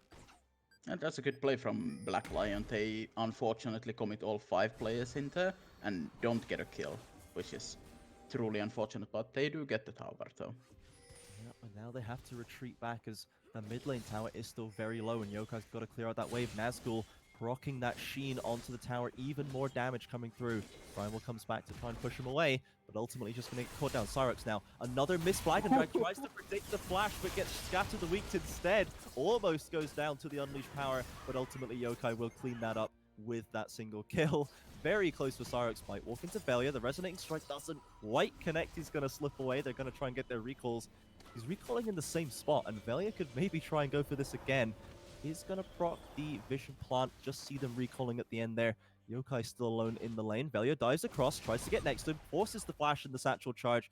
Will get those summoners away from Yokai. Not going to find himself the kill. Yeah, that play from J4, if it worked out, was gonna be really clean. But since it didn't, it was excellent. Excellent play. At least they got the kill. And Velia now hangs around in the jungle too long, gives away a shutdown to Sena, flashing forward.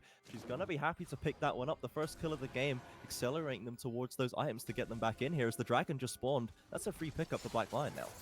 Yeah, that's going to buy a lot of more time for them. If the Split Raiders were going to get this dragon, in 5 minutes there will be a soul point. But right now, they just buy 5 more extra minutes for them. Yep, and a little bit of that extra defense coming through. We've got 1.5 items, armor stacking up on Primal there, trying to get to the point where you can at least contest waves. By Nazgul might not ever reach that point, as now we've got 3 people coming up here, possibly looking for a dive with the Kalista and Leona, Yokai as well. Now, both lanes under pressure from this comp. I want to see who they choose to go for. The stun lands onto Yokai, gets him nice and low early on. The Ignite and the Unleashed power comes through. That might have been enough on its own.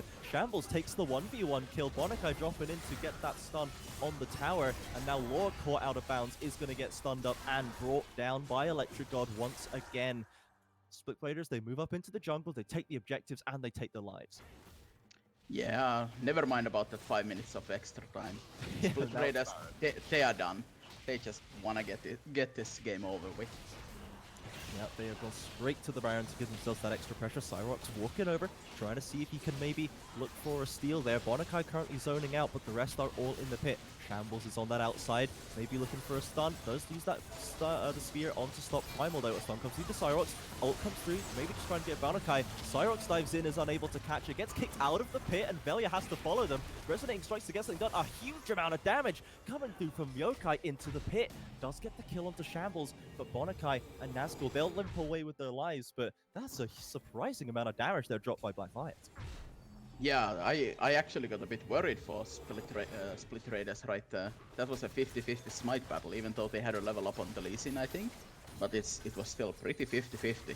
That could have gone so horribly wrong.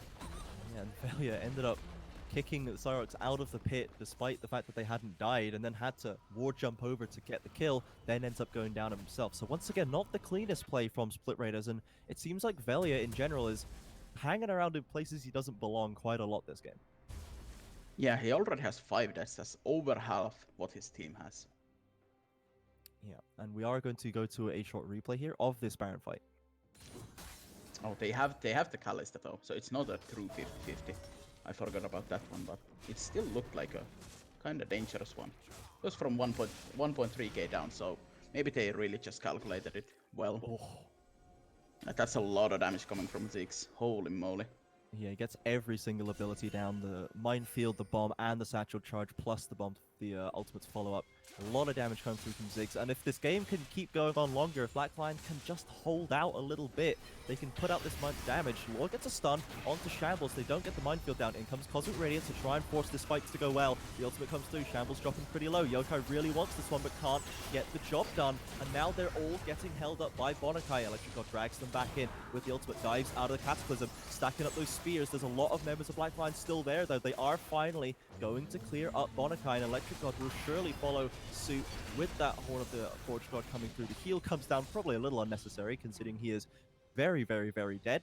But there are 2 members of Split Raiders, Baron pushing down this inhibitor on top. Yeah, it looks like the inhibitor tower is going down as well, so I'd say this was a good play from Split Raiders, even though they lost 2 members. Maybe want to see if they can get some kills on the backside as well. Nazgul does have the Ghost though. There's no way they are catching this Noxian General. And they are going to keep their inhibitor alive with those kills caught up on the bot side. Yokai now got 6 kills of his own. Has actually opted for the Banshee's Veil second as well. So really afraid of Shimbles hitting him with those Scatter the Weaks and the Banakai engage. I really dislike his build. He has the magic resist boots, he goes Banshee's Veil, and he's going for the Arm Guard as well. He's super scared of the enemy dive, even though they don't have that much dive. He has 3 frontline champions in front of him. Just go full damage on that Ziggs. Yeah, really needs... We saw the damage he was putting out without even building all the way there. If he is going for a Rabadon's instead, or maybe like a Leandra, he's getting these kills instead of them escaping on 1 HP. And now he's just slowing it down even further. The Orn items have at least started coming through, and the Molten Edge is completed onto Sena, so that's going to be a nice big damage boost there. But it looks like we're going to get the upgraded Luden's Echo for Ziggs instead. Yeah, really unfortunately. Also, Darius is level 15 into enemy jungle, kinda alone. He's gonna try and use his Blast Cone to get away there. Doesn't get the red buff for their trouble. They may have caught out Shambles, though. The exhaust comes through for Sena, doing a lot of damage, trying to survive with that Triumph. The exhaust won't quite do enough. Ignite burns them down. Banakai now. Nazgul's caught in the 1v4, but can he get the resets? Can he get the passive stacked up? He's diving in and out. Black Lions, they smell trouble here. They're looking to try and escape around the corner. The Hall of the Forge Guard will knock a couple down as they escape. Probably the right call for Black Lions there. So if they give Nazgul a couple more seconds, he's going to start ripping off their heads. Yeah, Syndra almost got the one shot onto the enemy ADC, even though Saya had the ultimate up and ready to dodge some damage, but still a lot of damage coming from this mid laner. Absolutely. Shambles did get caught a little bit out of position, but still able to find value as the Dragon's going to get picked up as Split Raiders. So as you said, delayed by 5 minutes, but they are ultimately going to reach that mountain point. Cyrox now once again finding Velia in the bot side, gets knocked up by the Flag and Drag and stunned by the Taric into the Cataclysm. The bomb comes through, Ward dodges out to this Scuttle Crab as well. Now on the backside, Black Lions, they're coming back through. The Cosmic Radiance has to be dropped. Kalista on the backside gets thrown away by Primal. Cyrox still fighting Velia. The Dragon's Rage come through. Somebody needs to finish this Lee Sin off. Flashed away from the ultimate. The Biggs will not clean up the kill either. Now Primal has caught Banakai covering the escape and will potentially go down for the sins of his jungler. The flash comes through too late. The stun doesn't land. And the Kalista ult drags out that Leona. Banakai survives on the backside, and now no kills are secured by Black Lions despite that going through. Yokai's now getting pushed back by Electricod, who's been untouched this fight. Black Lions, they're scrabbling and clawing, but they can't get the job done. I could almost hear the Mission Impossible music during the play. Just almost. Also, the Kalista giving the thumbs up after pulling his body out of there. Just perfection. Getting into the opponent's minds. Yeah, there's a lot of strength coming through from this Kalista here, coming towards 300 CS, the highest on the Rift right now at 26 minutes. Electricod has been quietly farming up a Storm this game. And if you look at the side of Black Lions, their CS really leaves a lot to be desired, and it's not the first time they've had this problem. Yeah, both of the mid laners. Oh, J4 going in again.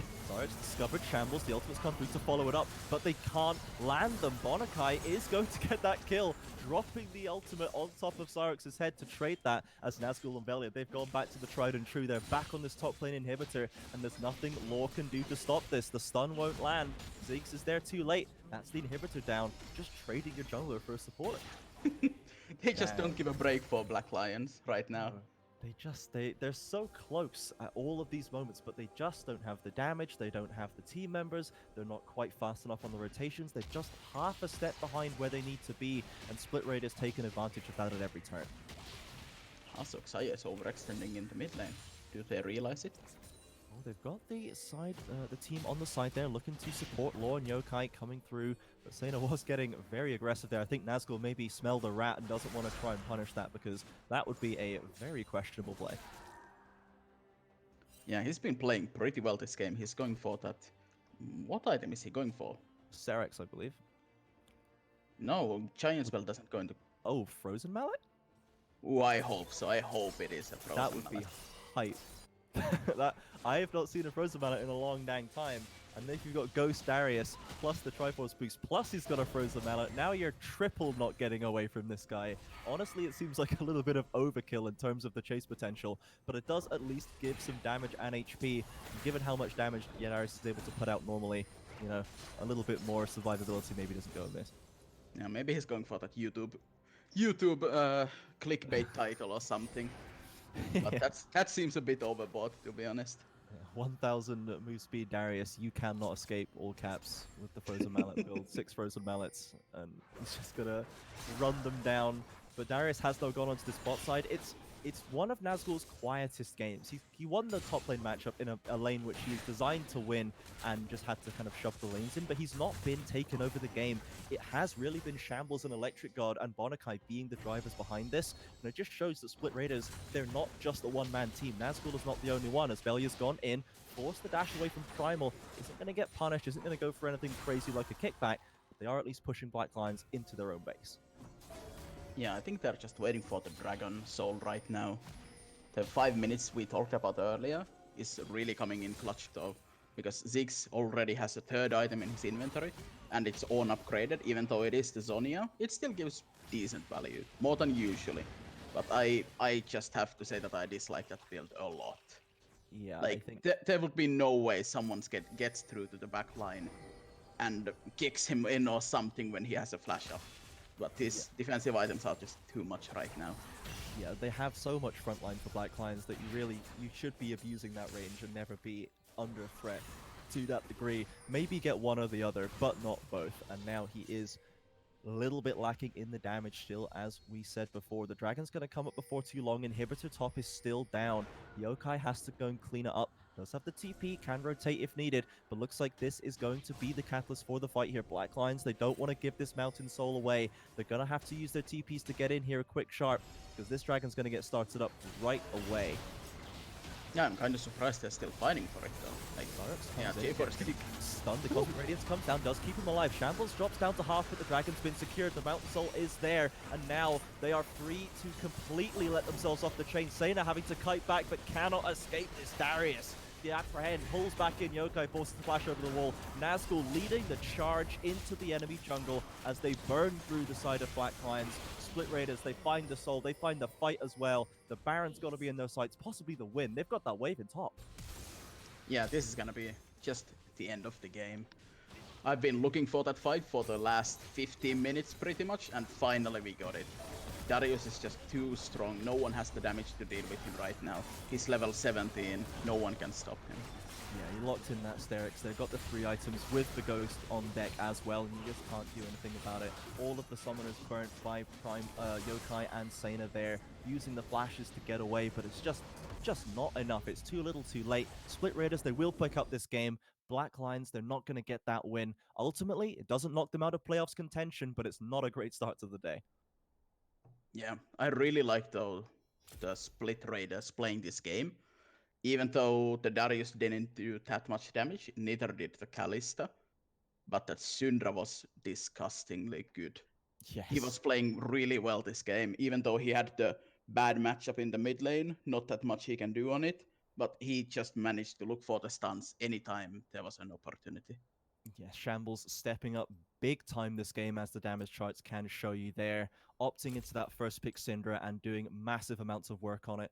So ultimately, we saw the new picks come out. We saw the Darius for Nazgul. We saw Electrogod on the Kalista looking very proficient there. Didn't have too much to do during fights, but did save Bonakai more than once. And it's just like another expansion of champion pools, another different way they can play. Ultimately, I think that it's a strong performance for Split Raiders. They're against one of the lower ranked teams in this league right now. And I think the one thing that they need to be aware of is Velia did have a little bit of trouble in this game, going too aggressive and diving and invading beyond his means. Yeah, it just seemed like he was just not expecting to get punished or something.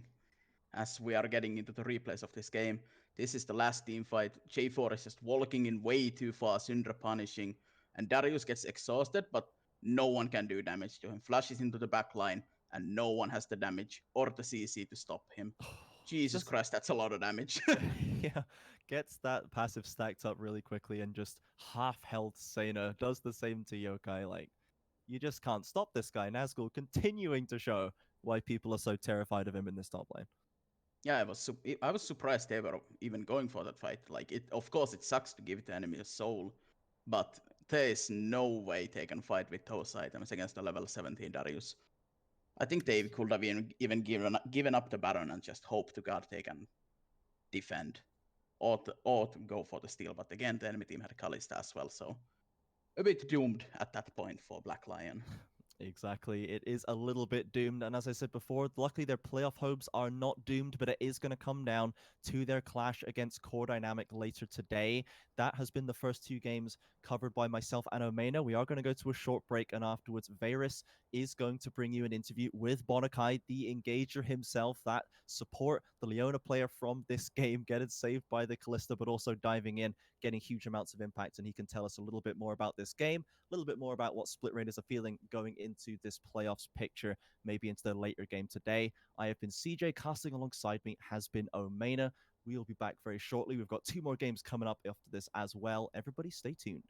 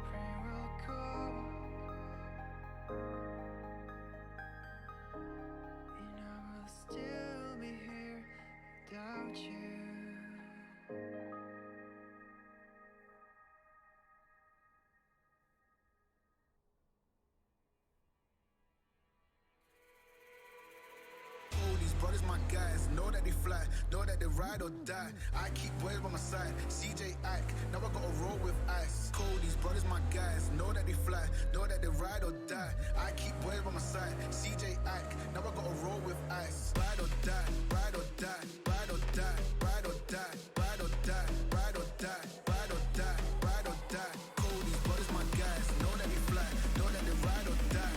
I keep boys by my side, CJ Ike, now I gotta ride or die.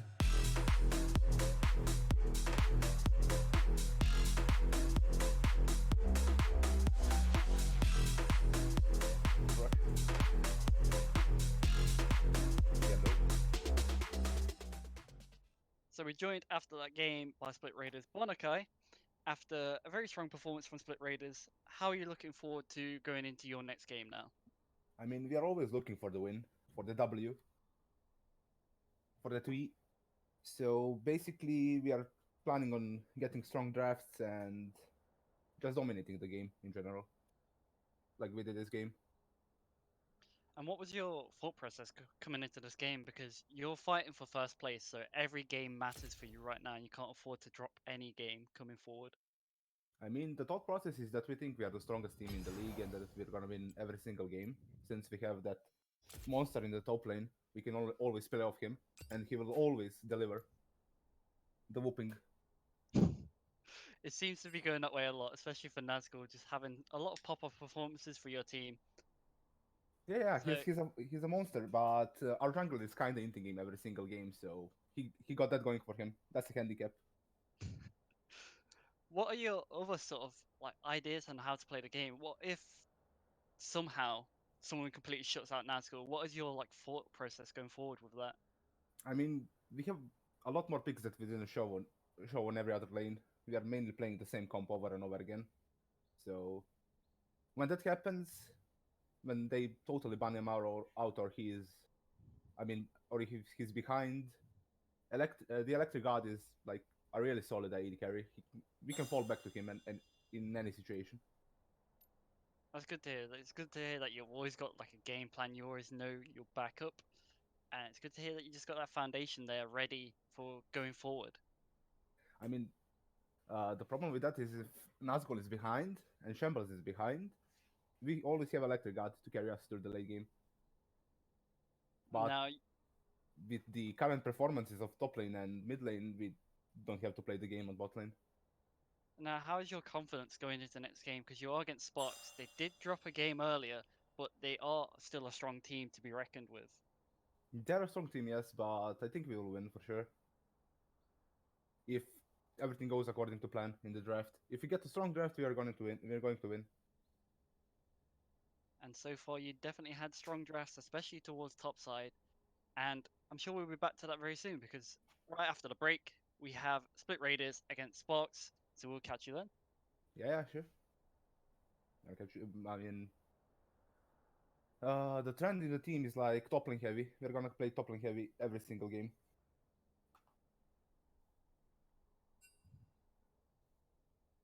I mean, that's kinda it.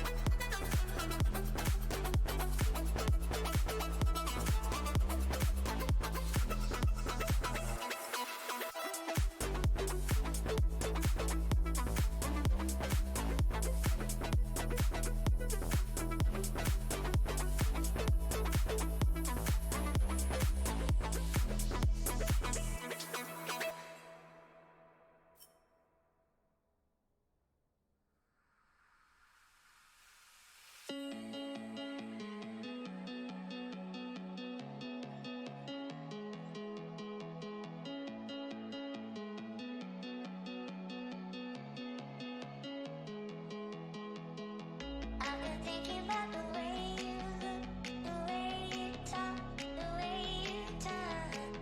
I've been thinking about the way you move, the way you love, the way you burn. I can't pull myself away, even though I know you do me wrong.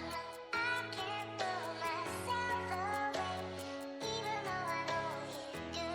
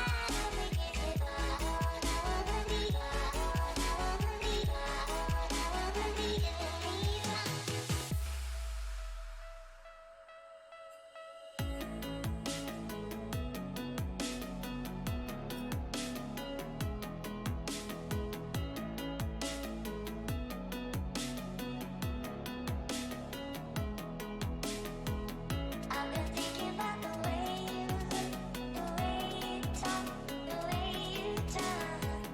I've been thinking about the way you move, the way you love, the way you burn. I can't pull myself away, even though I know you do me wrong. I can't pull myself away, even though I know you do me.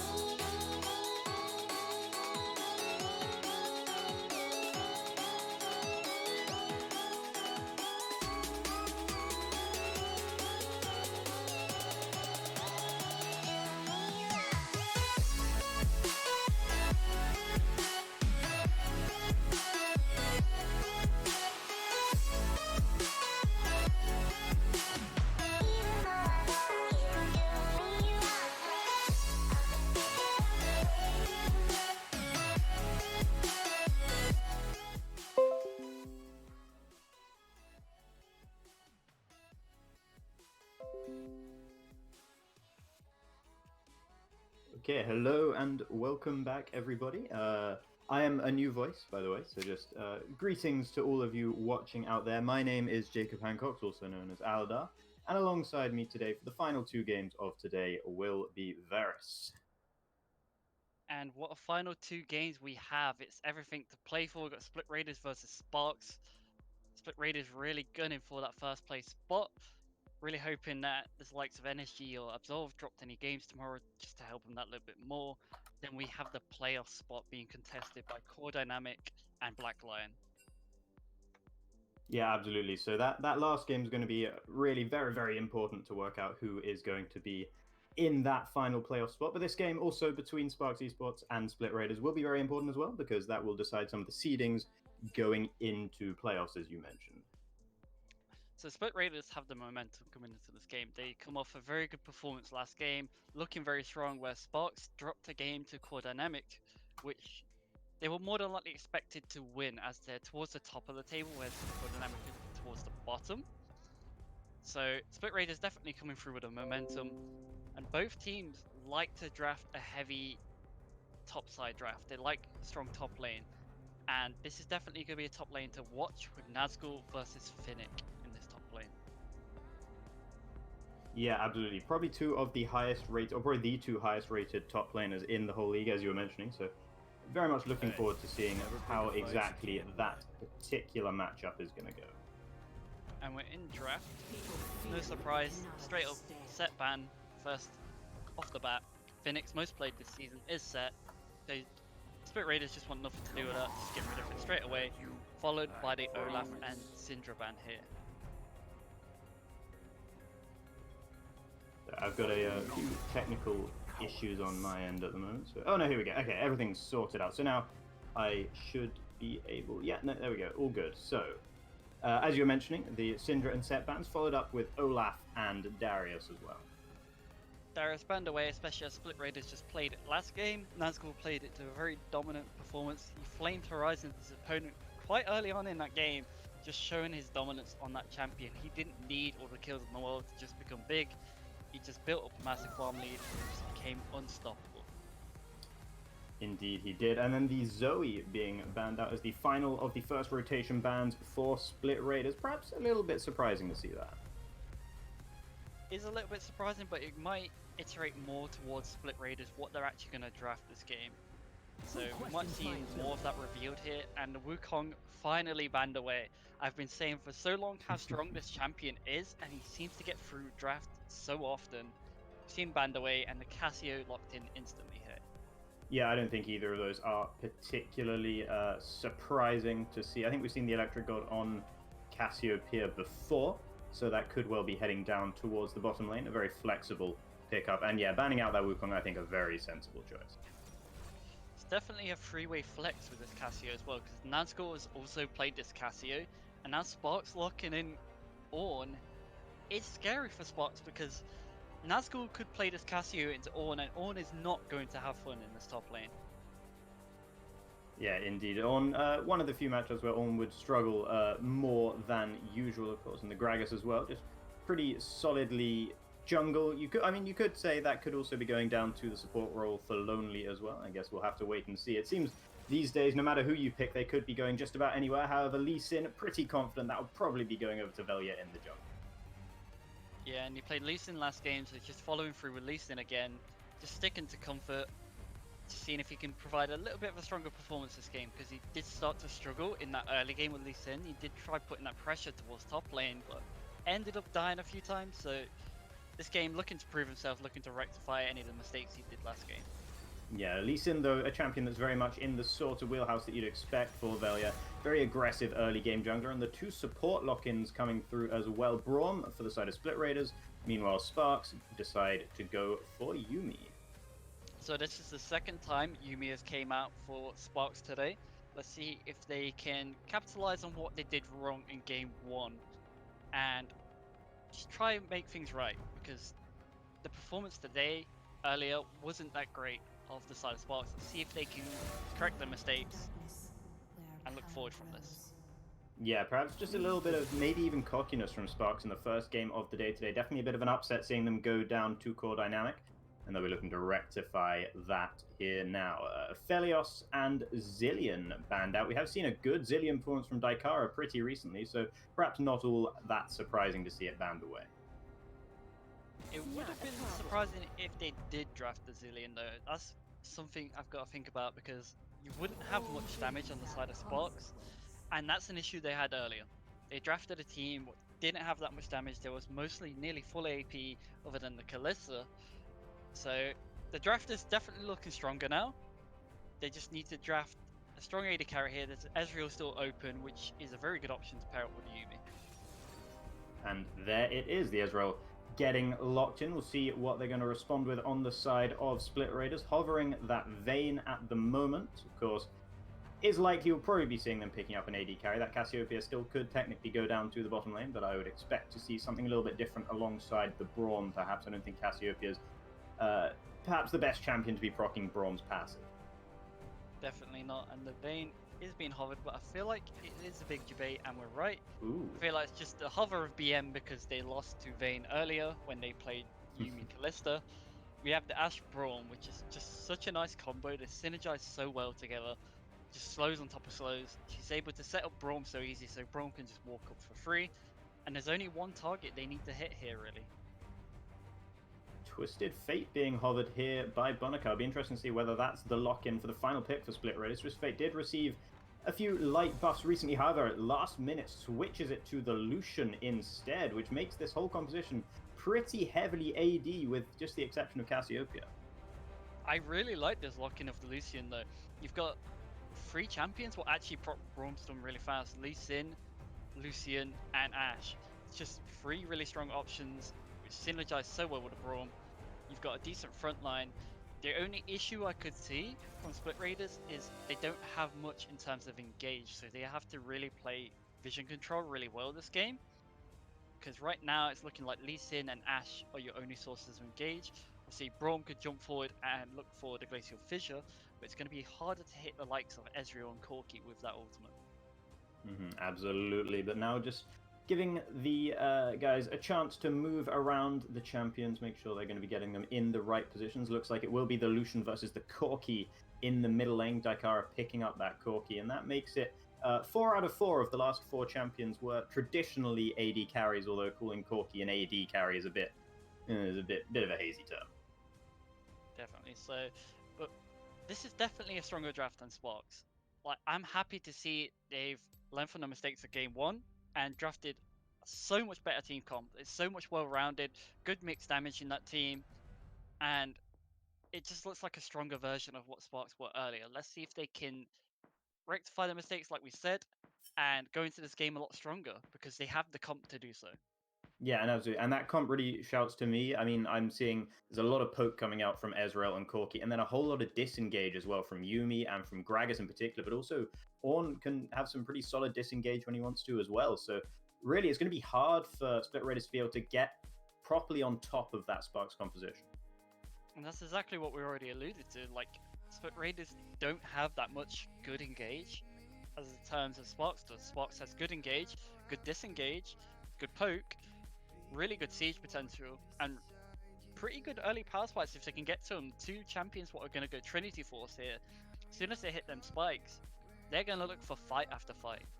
Yeah, and in particular, I feel like maybe the Cassiopeia and Nazgul might have a lot of trouble when we get later into the game. Once the Gragas and the Ornn get their ultimates available, Nazgul's going to have a lot of trouble getting into the fights. I feel like there's not a whole lot that Cassiopeia can do if she's being Gragas ulted away, if she's being Ornn ulted up in the air, or rooted by the Yuumi ult as well.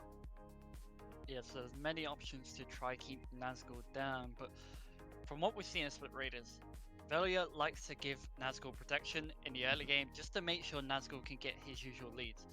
He always gets ahead so far on the enemy top laner, just given a little bit of assistance, he will take a massive lead from you.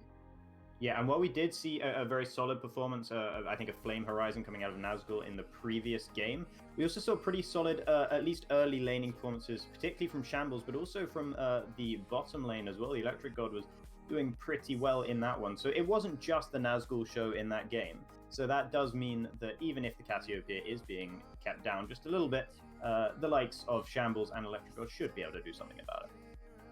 And that's exactly what Bonakai said in the interview. He said there's more options than just Nazgul to carry the team. They know Nazgul is insane, and most of the time he will beat his enemy laner. But they've already said they have things to fall back on. They can trust in the likes of Electric God if Shambles does get behind too, which I do think Gragas is going to sit this mid lane early just to make sure that Lucian doesn't snowball on Corki.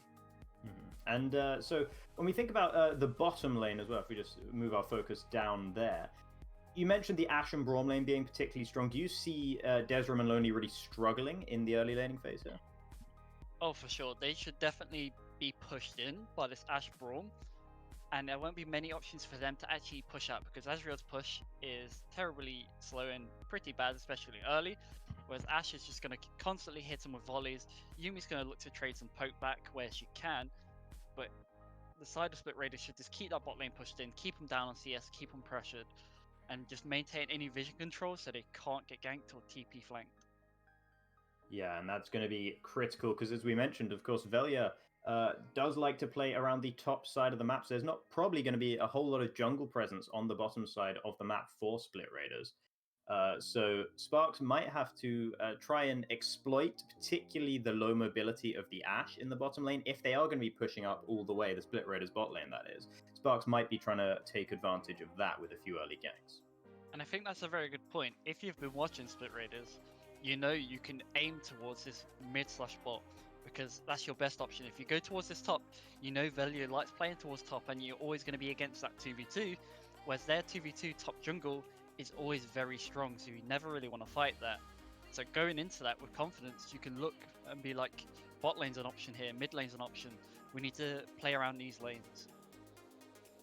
And do you think the Ezreal will be strong enough of just an individual champion to justify applying all those resources down to the bottom lane, or do you think that more pressure would be going on to the Corki, perhaps with a little bit more carry potential in the mid lane? I think more pressure should go towards this Corki, as Ezreal is strong, and Ezreal scales as well as how people can get onto him. If they can get onto him, he's not very good. But if they can't get onto him, he's just going to be free hitting, providing so much damage from the Mana Moon, and be as obnoxious as possible. Whereas Corki, he just guaranteed is good damage every bit of the game. Like, he will pump out that damage. He scales insanely well. When he crits with that magic damage, it is absolutely absurd. And it's just going to be a case of when he hits his 2 items. Absolutely. So we are now into the game, although we are not really, because the game has been immediately paused 4 seconds in, and the game is paused. You can't even see any champions on the Sparx side at the moment. However, the game has been unpaused nice and quickly, so the play will resume. Just getting that traditional pause nice and early, and hopefully they'll get them out of the way for the rest of the game. And we see a PTA on Corki here. So definitely looking for some aggression in his mid lane. He also has exhaust to combat this Lucian. And looking down towards bot lane, Ezreal has cleanse here, just to be that much more safe from this Braum Ashe bot lane.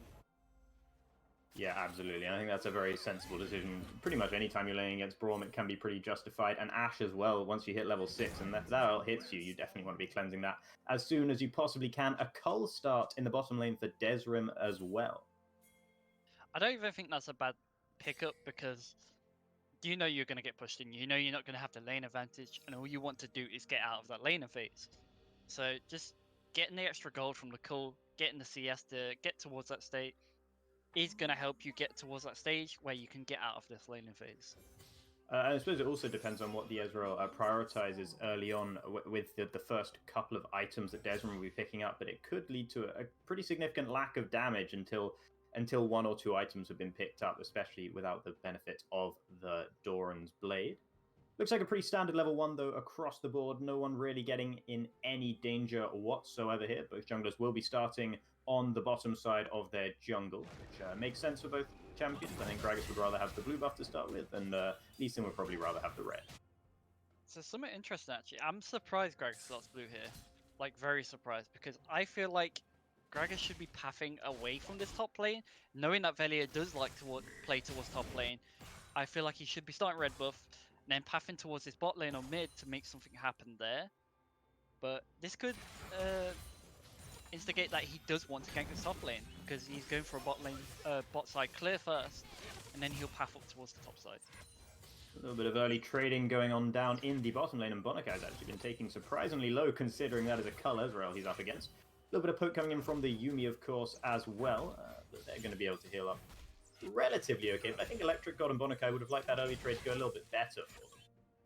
Definitely so. Braum forced to use a potion really early, and the Yuumi actually opt towards the Frostfang in this one, whereas you see some Yuumis go actually Relic Shield now for the extra HP, because you just get so much benefit out of the Relic Shield. That's why you see a lot more support will be taking that instead. Ooh, in the middle lane though, we just got a glimpse of it. Daikara going surprisingly low on the Corki, but we'll be able to get out of it. No real problem. We'll have to pop one of the corrupting potions, the second of the corrupting potions actually in the middle lane there, but again, not the end of the world. And this is what I talked about before, just Lucian bullying Corki is going to look to deny as much CS as possible, getting a big trade onto him, even throwing down the Ignite there. Yeah, really very, very aggressive stuff from Shambles in the middle lane, but not really reaping that much of a reward for it for the time being. I think we might expect some action towards the top side very soon, because that top scuttle has came up. Both junglers are in the top side jungle too. Indeed, and actually it's Antero that's closer to the top side of the map at the moment. Velia just heading up there now, getting into the river. Probably going to be waylaid by the Scuttle Crab though, and it doesn't look like Antero is planning on doing anything too major on the top side. Finnick actually going in on Nazgul, lands the knock up there, but Nazgul actually just thinks that, you know, I can take that fight, and Finnick forced away from the tower very early. And Gragas did recall there, so Lee Sin is lurking towards his top side, looking for this first blood. Ooh, is he going to go in on this? Not quite yet. He's going to wait for the minion wave. I think that is smart from Velia, not putting aggression ahead of brains there. Ooh, that one goes well wide, and Finnick will be able to get away with that one nice and easy. And he knows full well that he can't go for that just yet, with Orn still having his knockout waiting for that dive to happen. Well, the ping's going down here on the bottom side of the map. Electric God caught in the middle of nowhere and going down for first blood to Desrim. That is not what we expected to see. Cull Ezreal with a first blood. He's going to be feeling pretty good about that. Definitely going to feel pretty good. They caught Ash out of position, rotating around, and just an easy pickup for Sparx there. Yeah, really just a bit of a misplay there from Electric God, not pathing in the right direction and nowhere near Bonakai either, so just caught all alone. And great response, though, from Sparx to be able to capitalize on that immediately. And the scary thing is, look at that wave she is losing bot lane. She's losing so many CS. Ezreal has 38 CS to Ash's 25. Yeah, that's really surprising. That is not the way we thought that lane was going to go at all. Meanwhile, up in the top lane, perhaps a little bit more predictable here, as Finnick is being once again taken really quite low by Nazgul. Nazgul running a little bit low on mana, but Finnick looks like he is just going to recall away and probably TP straight back, because otherwise he's going to lose rather a lot of minions. Definitely, and if we can see the gold real fast, just so we can see where we are. See, Cassio definitely has enough for her tier, so she's just sitting all fine, ready to come back to bully this lane even more. So Ornn is not going to have much fun, and we see the Inferno Dragon started up by Elise. Yeah, and with the control ward as well, so Velia knows that there is no vision from the side of Sparx there, so we can just try and sneak that dragon away. And Antera on the top side of the map now, there's not really going to be any chance of a response here for Sparx. They do spot it out, but only just before it goes down. And as I said, nothing they're going to be able to do about that. Shambles looked like he wanted to engage there on Daikara, but Daikara's hit level 6. Velia coming in now, but the minions will get in the way and save Daikara for the time being. Velia just having to get out of that one. So when we've seen the gold just a second ago, Ezreal has a pretty big gold lead already, and that's going to be amplified by this Cull. He only needs 50 more minions. Look at the gold difference, nearly 400 gold more for Ezreal here. Yeah, that really is incredible, to be honest. Velia, though, looking once again back towards the middle lane, and not going to land the Sonic Wave again, and Daikara will just about be able to escape, ticking down with the Ignite, but not going to go down. Good response from Daikara to flash quickly and W away there, but Velia will be thinking... probably have his confidence a little bit knocked by these missed cues early in this game. Definitely trying to put pressure on Daikara here, but Daikara's doing a very good job of actually keeping up on CS in this lane, because it isn't a fun lane for Corki. It's a terrible lane, and he's managing to somewhat escape with his life at some points in this stage. Yeah, and the CS differential is not major in that middle lane at all, and that's considering the fact that Velia has been putting all of that pressure down towards that middle lane. And Teru, meanwhile, going to be taking this Rift Scuttler away and also clearing out the vision in the Dragon Pit. That's not terribly essential. The next Dragon's not for another 3 minutes and 35 seconds. So there's only a 700 gold lead currently towards Sparx, so it's nothing major yet, and it's nothing that Split Raiders can't crawl back. Bot lane just looks like they just want to play safe at this stage now, because they know they're on the weaker side for the moment. They're just looking to get that CS to sort of catch back up. Yeah, meanwhile...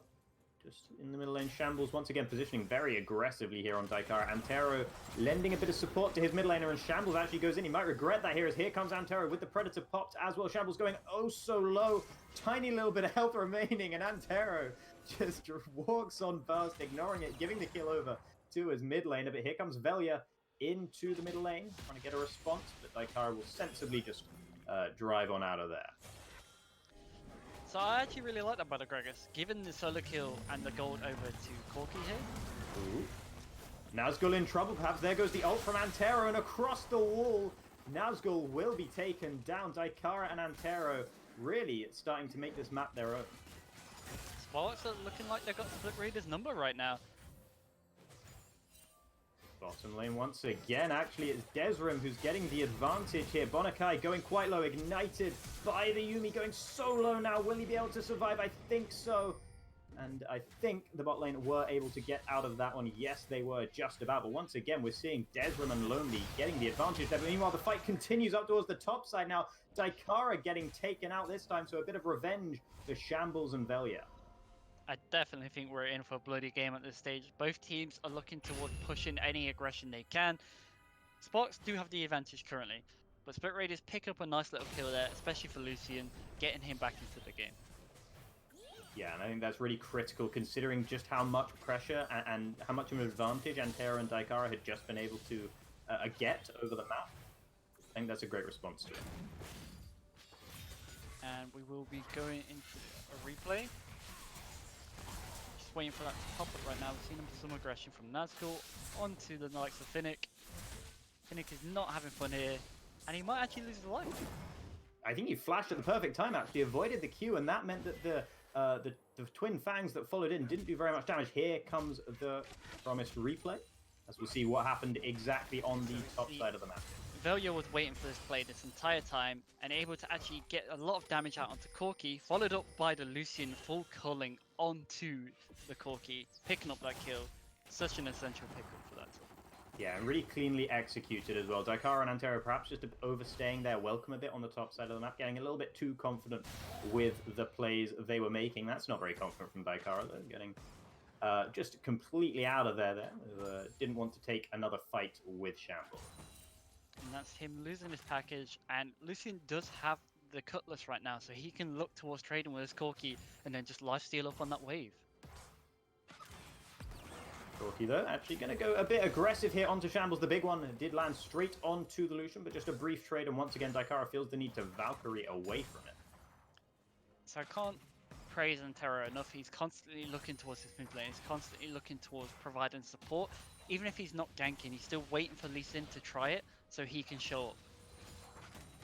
Once again, hanging around here, and might well be spotted out on that control ward, channeling the Predator, and in he comes towards the middle lane. Velia there to respond. Antero once again just running around in the middle lane without really doing anything. Does land a barrel there onto Shambles, just doing a little bit of damage, but nothing doing in the middle lane in the end. Sparx do have the advantage of the vision over the dragon, which has now spawned. This is the second dragon of the game. It's the Ocean Dragon. And, of course, it's not a dragon of huge priority, the second dragon of the game, but nevertheless, Sparx would like to get it if they possibly can. They're just looking to be there on time for this one this time, not letting Lee Sin get it for free. So they just want to keep any vision they can on it, just so they're not losing a free Drake. Yeah, and of course, there goes the Rift Herald down in the middle lane. I was about to say there's no Rift Herald available on the top side of the map for anyone to respond if the dragon gets taken out. But here, with no one defending the middle lane, Daikara going to base and no TP on that Corki means a lot of turret plates just went down in the middle lane. Pretty opportunistic play there from Velia and Shambles. However, Antero looking to respond now once again, but doesn't have the Predator this time. Daikara going aggressive, but eats a culling to the face. Does get the Dragon's Rage kick from the Lee Sin, and oh no, he kills him just before the Lee Sin was able to get in there. Velia going down, and now Shambles having to run for the hills. Antero will be looking to chase him down. Meanwhile, in the bottom lane, looks like there's a whole lot of fighting going on, and Desrim gets taken out. That's a double kill for the Electric God. That's not how we've been seeing that bottom lane going recently. Such a hectic scene of events. The mid lane looked so well for the side of Shambles and Velia, but then it got turned on its head instantly when the Gragas shown up at the right place, right time. This is what I talked about, Antero being here all the time to offer assistance. And again, just right place, right time.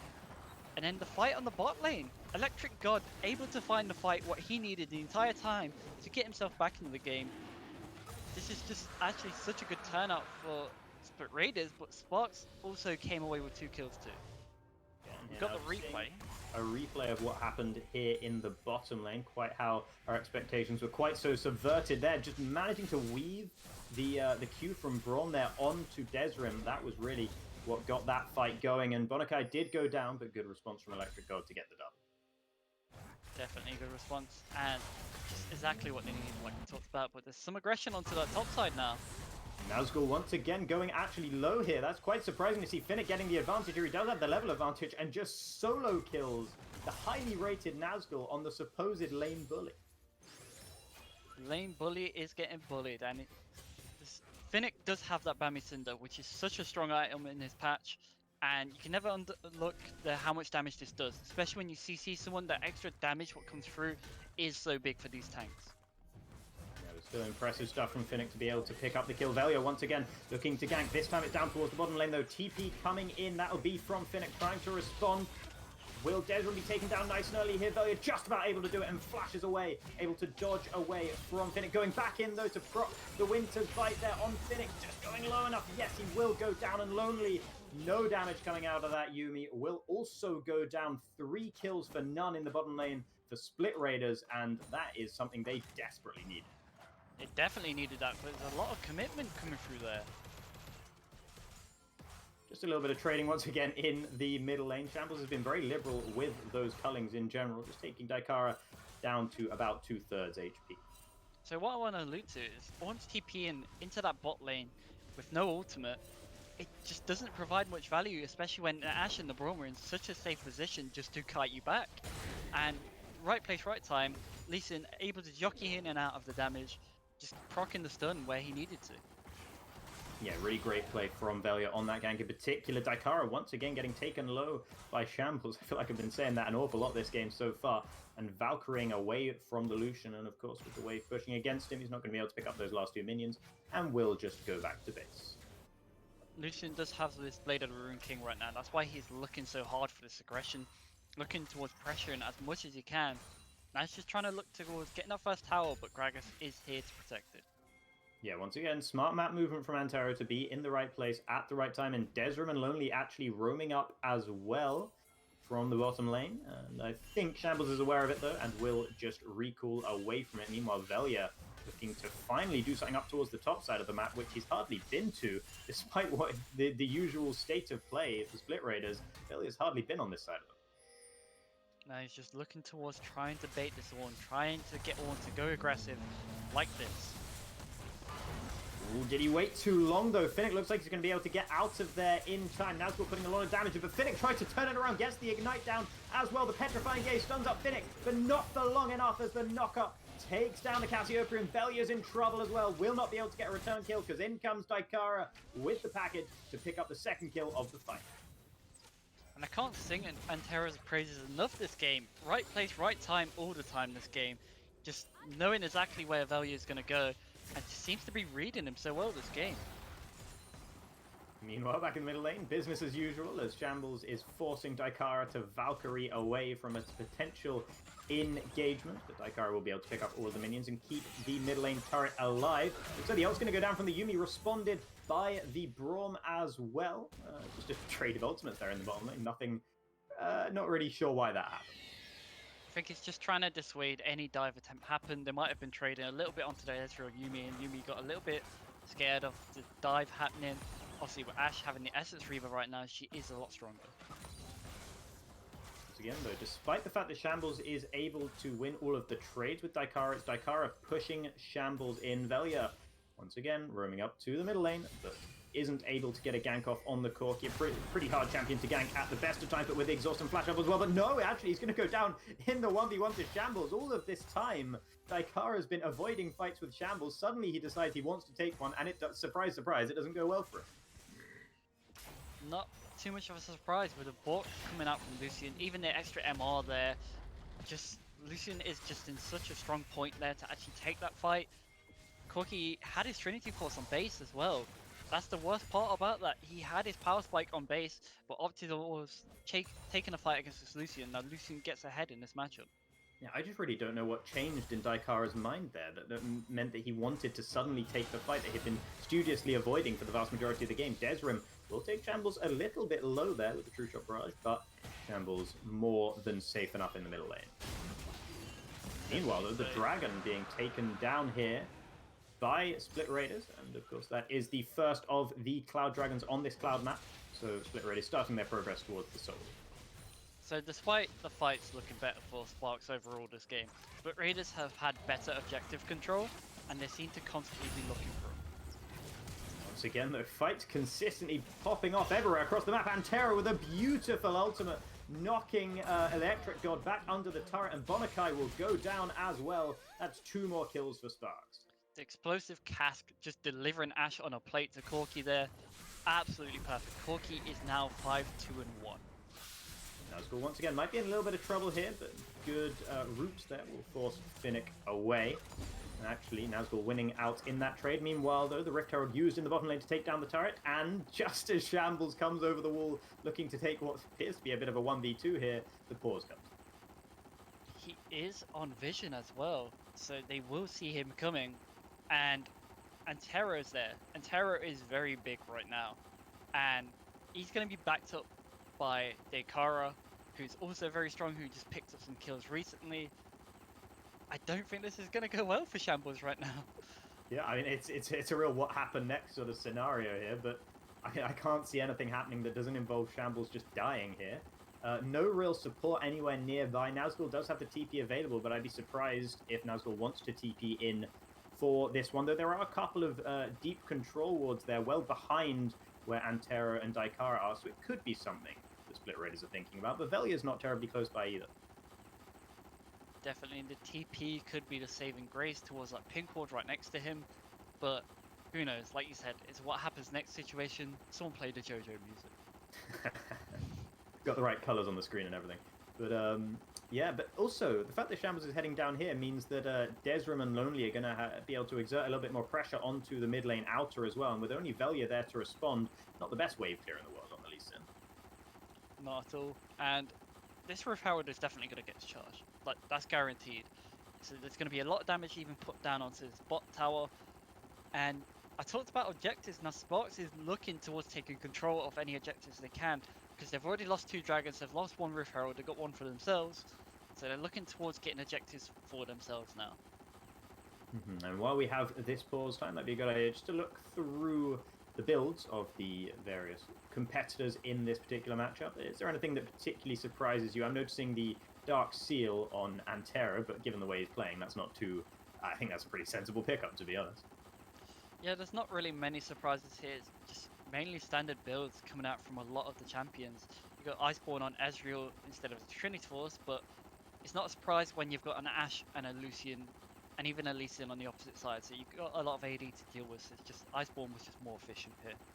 Yeah, and just making Desrim that little bit harder to kill. We were discussing before the game started just how hard it was going to be to kill some of these members of Sparx. So here comes the end of the pause, and what will happen to Shambles here? I'm buzzing with anticipation to find out. Oh, and they just decide to walk away. Here comes the TP actually from Nazgul. So that is one of the scenarios we anticipated, and beautiful dodge away from Shambles there to avoid the body slam from Antero. Daikara now in trouble. Will he be able to get out of this one? Will he just try and return the kill onto Nazgul? He will do neither and will go down to the Petrifying Gaze. However, Desrim and Lonely were able to get that damage on the mid lane turret and take it down. However, they might be in trouble now. So here comes Velia, Bonakai, and the Electric God as well. Good movement over the wall there, and Desrim might be able to just about escape. Finnick is around on the top side of the map as well, but he's busy taking down that outer turret. So the whole ring of outer turrets have been taken down by Sparx here, though they did lose 2 kills in the bottom lane for it. And Ezreal just too slippy to get on. Like, it looked like the play was perfect, because if they picked up a kill there, it would be Ezreal and Yuumi both dead, and that would have been 4 kills for them there. But picking up gold on Nazgul was actually one of the best cases they could have done. He needed to get back into the game. He needed something to push him that much more, and now he's even closer towards his Leandri's Torment. Yeah, a huge item when it gets picked up for the Cassiopeia. The damage output will be significantly higher at that point in the game. Bonakai and Electric God looking up towards the top side of the map. Finnick will spot them out though, and they decide better of it. Antero, of course, hanging around exactly where he needs to be at all times. But yeah, that fight in the bottom lane actually didn't go the way we expected it after. No, and they definitely had something in plan, because, like we said, the TP came through straight away. Yeah, and oh, steals away the blue buff there. Nice one from Antero with the barrel roll there. Yeah, going up against, I think, 3 champions, or at least 2 champions who are directly in the vicinity. But meanwhile, Velia actually going really low here with the Ignite taking as well. Daikara over the wall will be able to take him out, and Velia just really missed position. Definitely, and Sparx just seemed to know exactly where he was. Ezreal moving up in the river with the Yuumi, just slowing him down, and Corki just walks across and says, yoink, that's my kill. Finnick roaming down towards the middle lane as well, but they're not going to try and do anything to the inner turret in the middle lane quite yet, though they are all just about in the area, and it's only Bonakai hanging around there at the moment. Electric God coming up to lend support, but they just decide to all get involved with taking out the Razor Beaks. So the thing for this game right now is Sparx have to rotate correctly, because how fast Split Raiders can do Baron is absolutely insane. They have a Lucian, they have a Cassio. Both do Baron very fast, so you have to be really careful how you rotate.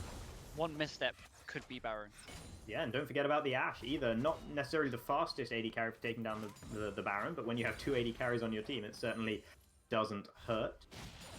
Just going to be a little moment of respite here while there was a lot of battling going on early in this game. No one looking particularly aggressive at this present moment.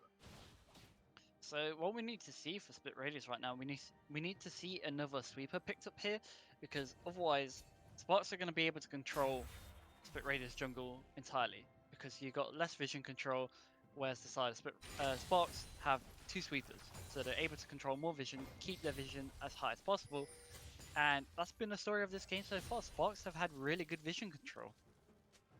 Yeah, that is the truth. But Bonakai is sitting there. I know that vision score is not necessarily the best metric in the world, but he's got a lot higher vision score than Lonely has been able to at this stage of the game. But Lonely has to spend so much time inside of other champions that perhaps that explains part of the reason why. Daikara looking a bit aggressive here with the package, looking to try and use that little power spike there on the Corki, but with all 5 members of Split Raiders here, it would be very daring if he decides to do anything major about it. We talked about that 2-iron power spike. He does have the Yumi on him. Out he goes. So just laying down the red carpet. He wanted to use it. Probably not the way he wanted to do it though. Finnick might have caught out Nazgul here, but good dodge away from Nazgul. And now Antero's in trouble, grounded and therefore not able to use the body slam. That could be critical. A lot of damage coming in on the side from Shambles as well. Antero goes down and Finnick is tanking up as best he can, but there's no damage coming out from the rest of Sparx at the moment. Daikara trying to trade back, but might be in a lot of trouble now, and Lonely's going to go down with him unless he can escape to Desrim. Will just about be able to get out there, the Sparx bottom lane. And now another Cloud Drake looks like it's going to go over to Split Raiders, but they're trying to do something about it here, Sparx, but that could be very ill-advised. Electric God takes down Desrim, and the ace comes through for Split Raiders just when they seem to be falling behind. And that's the Baron as well. We talked about one bad fight, and they're heading straight over towards that Baron. They've got the Cassio still alive, plenty of mana. This is perfect for Split Raiders. They got the fight they've been looking for the entire time. Can't credit Shambles enough in that fight. He was on the side, constantly poking away and chipping away at him, trying to distract him, and he stopped Ezreal from constantly going forward. He stopped Corki from going forward. Just a really well played fight by Split Raiders. Yeah, and Finnick was tanking up so much that because Daikara and Desrim couldn't get close enough to do any damage, it was all for naught. Baron going over cleanly for Split Raiders, and the game has really swung in their favor with them on Soul Point as well.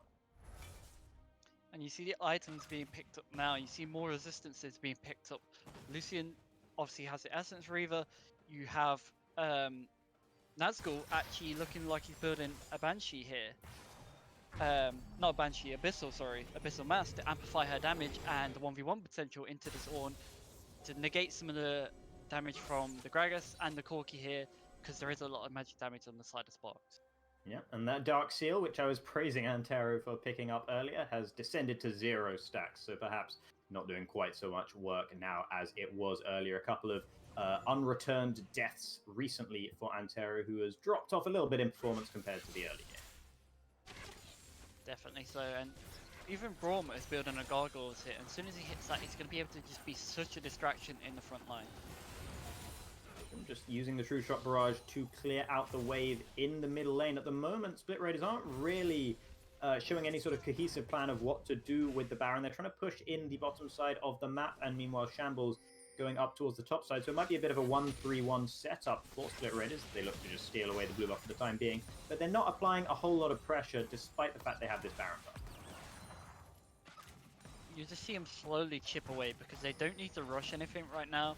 And the likes of Sparx don't have great wave clear. To be honest, neither does Split Raiders, but Split Raiders are the ones with the Baron here, so they just can wait, chip away bit by bit, and just wait for Sparx to make a mistake or look for an engage.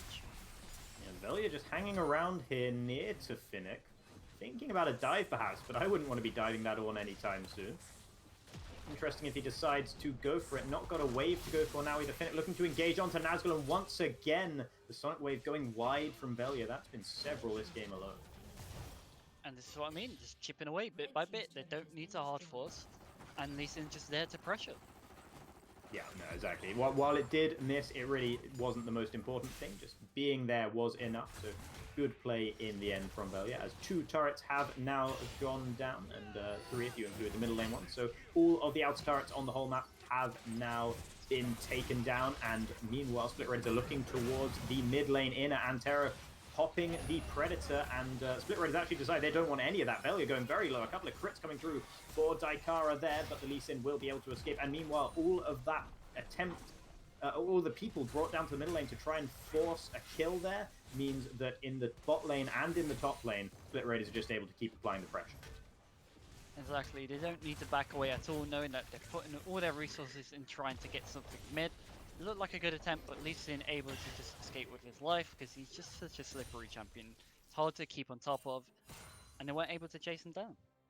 Yeah, and considering the fact that we have so many slippery champions in this game and a whole lot of disengage on both teams, we haven't lacked for kills because of that, as one might perhaps expect. 14 kills to 11 at the moment. Nazgul might make it 14 to 12 here as Finnick goes in, knocks him up. Daikara on the other side of the wall as well, just in case Nazgul decides to flash it. Enchanted Crystal Arrow from all the way downtown stuns Finnick for a long time, and that might mean that Nazgul's actually going to be able to escape. Finnick going solo and going down. Electric God picking up that kill, and that Ash ult really turned the tides there. Definitely so. It bought time for Nazgul to get his Conqueror proc. He procced his Conqueror, able to kite away from Corki's range, so Corki can't even get close to this Cassiopeia. Cassiopeia just buying time for her team to collapse on her perfectly for the Braum to arrive. Just perfect arrow. Can't praise that enough. Yeah, no, it really came in at just the right time, and I think it was the maximum stun duration as well, because it came from quite a long way away. Gave Electric God enough time to actually turn up and take the kill himself in the very end of that fight. And Daikara was hanging around on the other side of the wall, not doing as much damage as he perhaps could have been to Nazgul, perhaps predicting a flash away from the Cassiopeia, but because he was on that other side of the wall, he wasn't doing as much damage as he could, and that might have been what cost him the fight, as we might see here.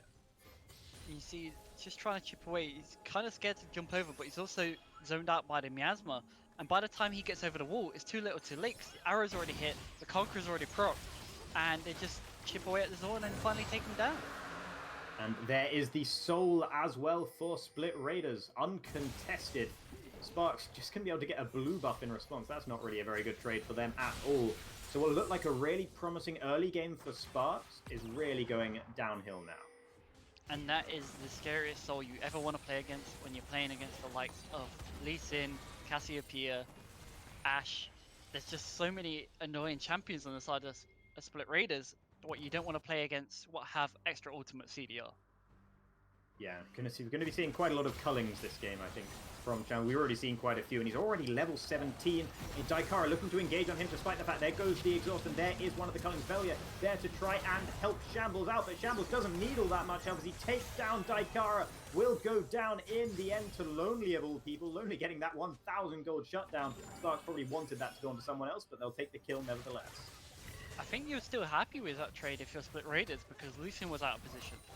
And he was getting capitalized on by the side of Sparx, but he also took down the strongest member of Sparx with him, so it's a completely fine trade here. Yeah, good play, good heads-up play from Shambles to know that his life was definitely going to be forfeit, but to try and do something about it rather than just running as far as he possibly could before inevitably going down. And once again, we see pressure all across the map as we see waves crashing in the top, mid, and bottom lanes here for Split Raiders. And also, Ashe is at a very scary point in this game. She's at 3 items, so she's going to absolutely shred anyone she gets actually sat on with this ranger's volley. So, something you have to be scared of right now.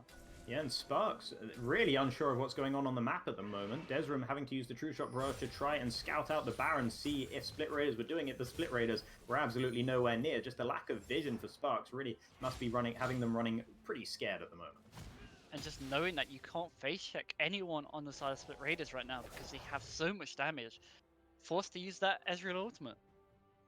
Yeah, of course, that is not the longest cooldown in the world, and Desrim will be able to check out the Baron once again, but not soon enough here as it's going to be started up by Split Raiders. You mentioned how quick their Baron take is, and they're doing so much damage to this so quickly. No one on Sparx is anywhere nearby, and the Baron goes down without even a hint of a contest. And what can you do? It's just so fast, and they're looking to actually pressure this mid lane now. Some slippery champions there, though, and they're not going to be engaged upon down there. However, it will push them away from the top side of the map where Nazgul and Shambles are looking to take down the inner turret. They will do so, and then onto the inhibitor turret as well. It's going to be a bit of a siege here for Split Raiders. Will Sparx be able to resist? And it's just a matter of time before a fight breaks out now. Both teams will be looking for a fight, and Sparx need that miracle fight to sort of get them into the game again. They need to get that good on ultimate onto multiple targets to try and get his team to follow up. The Sparx are really stepping quite a long way forward, clearing out these waves. Daikara not showing all that much fear on the Corki as Perhaps paying a little bit of a lack of respect to the enemy team. That here comes Finnick trying to engage onto Nazgul, but the grounded means that he's not able to knock the ram back towards the Cassiopeia. Nazgul stays alive, and Antero's already gone down. Finnick once again will be tanking up so much, but it's only a matter of time before he reaches his demise as well. Solo, but Electric God of all people is flanking on the backside on the Ashe. That is absolutely absurd gameplay. Decides not to go for the rest of the fight and goes back down towards the inhibitor. But the inhibitor turret on the top side has been taken out as well. 2 bear inhibitors now, and Desmond solo. Daikara going down. Electric God with the volley. It's so close. And there it is from the Lucian. A double kill for Shambles. 2 inhibitors down, and this might just be game. Definitely think it's game here, and this is what I talked about. They all needed to find multiple targets, but you opted towards one on the Casio. And Split Raiders just went, we'll take that. We'll happily take that, and just turned and started to show the aggression, fighting away at them, and they finally get what they want and end the game here.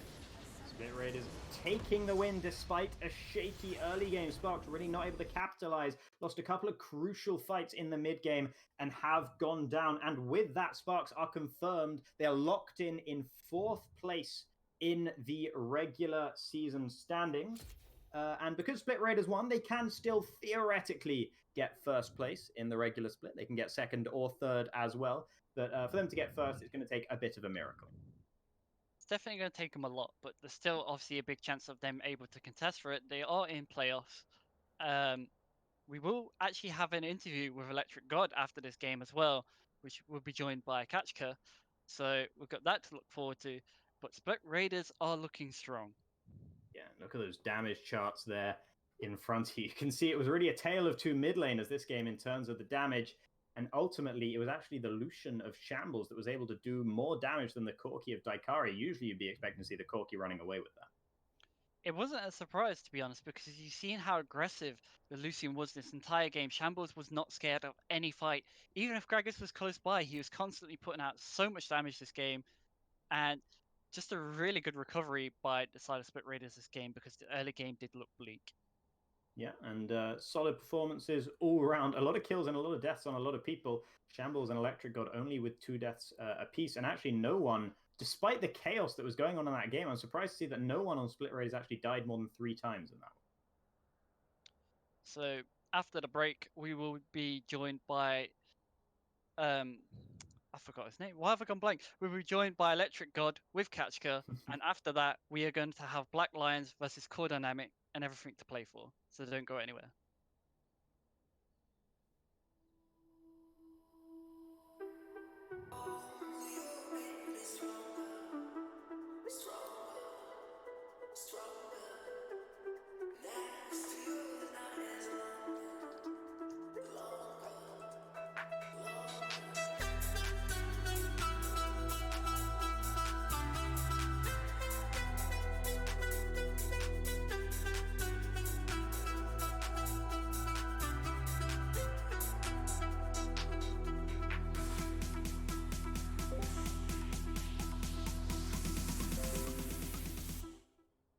Hello and welcome back after the break. I'm Kachka, joined by the Electric God, the AD carry for Split Raiders, who will be here with me for a short interview. So first of all, congratulations on a win, and now you finished the regular season with 10 wins.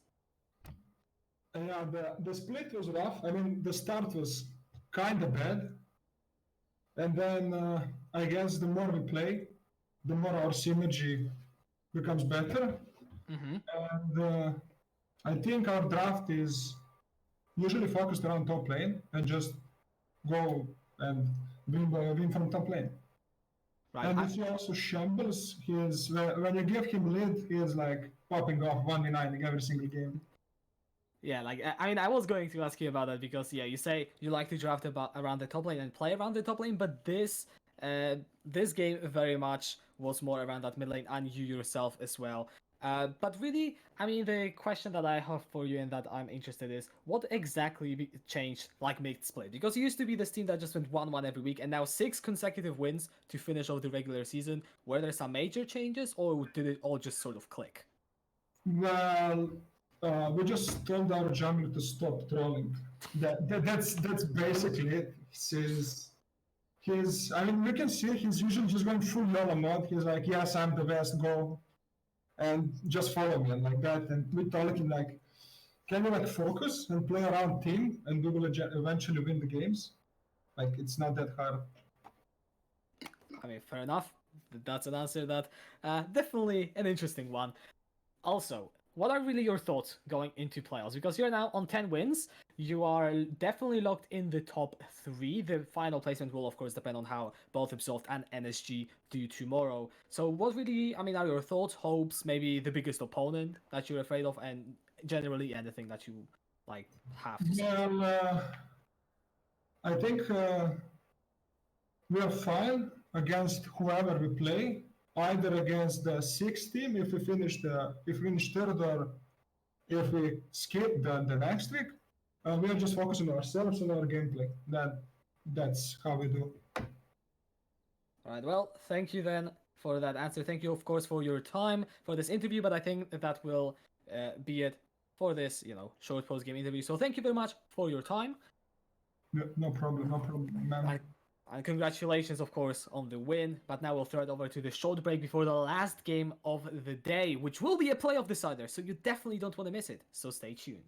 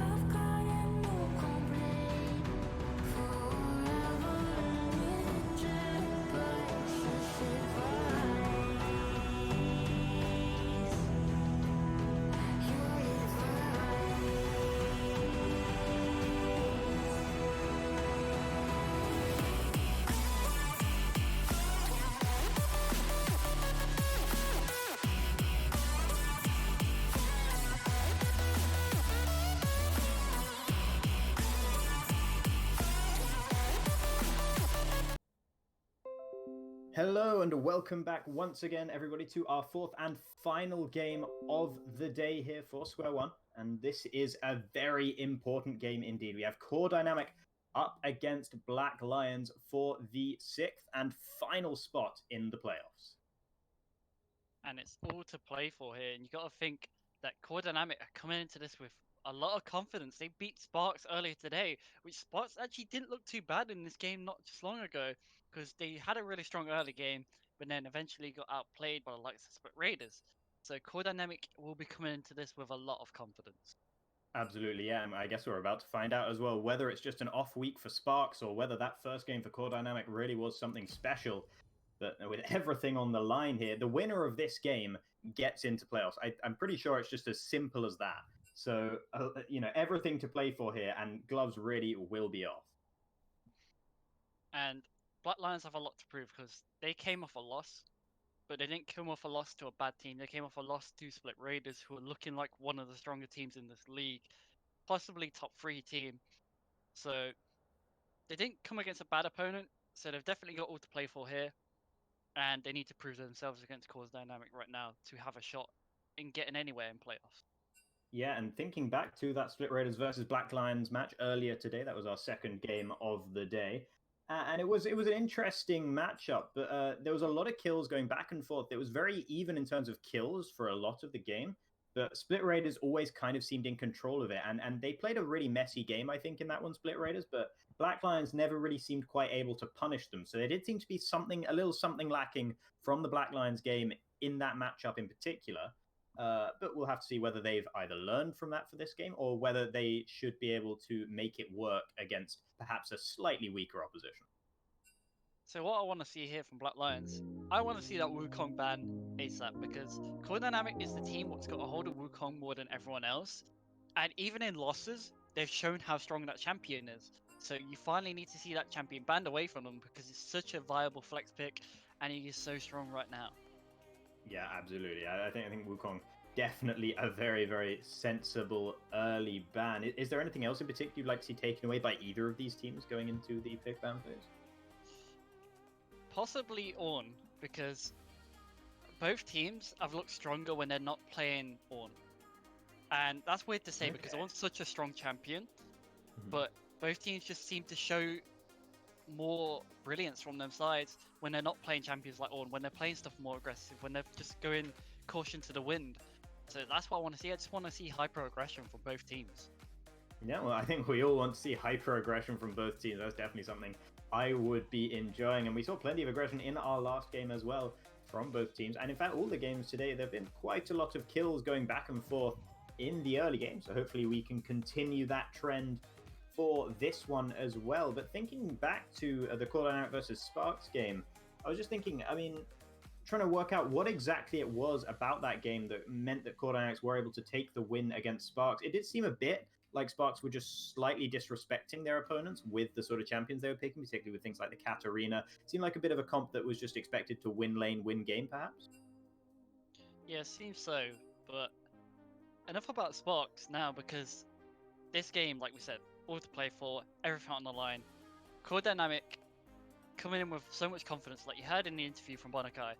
They believe they can go all the way. They believe they are a strong team, and they're starting to mesh together a lot better than when they started. So you're seeing more examples of them actually becoming a better team. Although it has taken all this time to get there, they are starting to look stronger. Yeah, and of course, these have been typically two of the weaker teams in the league over the course of the season. But as you mentioned, coming on strong, particularly Core Dynamic, coming on quite strong towards the end of the season here. They're currently placed in 6th and 7th positions, but only one of them can take the all-important 6th spot and get into playoffs. I believe if Black Lions win this game, I think they have a chance of actually coming 5th in the regular split. I don't think such a chance exists for Core Dynamic, though.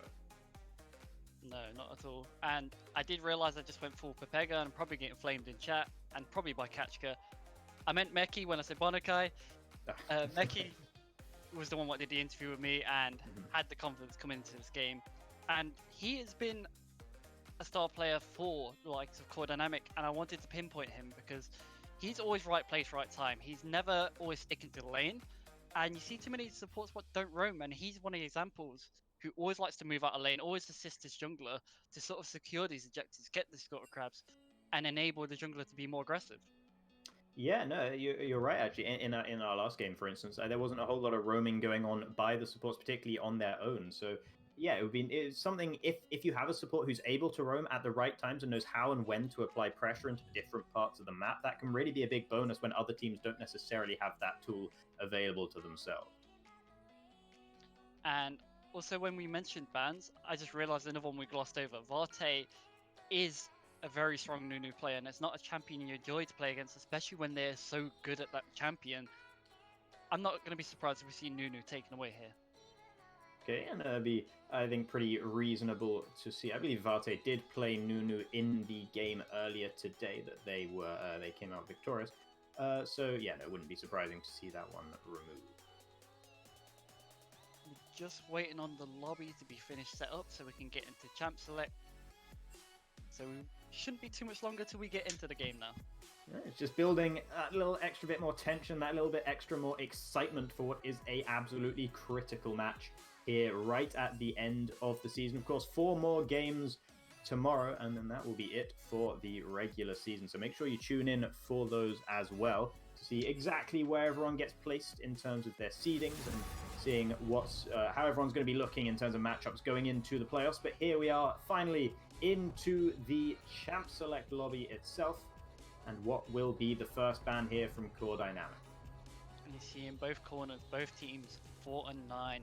This win is so vital for playoff spot, and it's all to play for. And we're going to see the first ban coming through in a few seconds' time.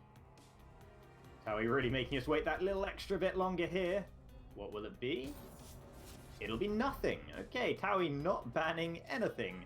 So Core Dynamic, either that was a mistake, or they're feeling pretty confident about their champion pool going into this game. I'm just gonna check a heads up just to see. Oh, both sides will lose a ban. Ah, okay.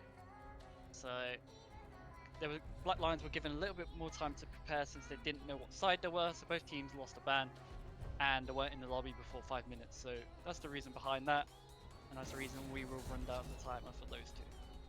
Okay. So now we have those 2 bans have been lost, and the Yasuo is the first ban for Core Dynamic. Showing that they don't want to play against Yasuo, and Evo Yokai is a strong player, and he's one what does get overlooked, and I don't know why, because he's such an aggressive player. He likes to play these things to get in your face. He likes the Yasuo, the Aurelia.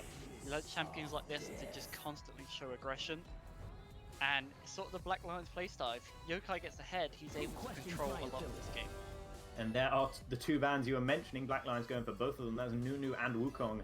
Both banned out, the Nunu specifically away from Varte, and the Wukong just in general. Karthus also being banned out by Core Dynamic, not wanting to have to deal with those Requiems from anywhere on the map.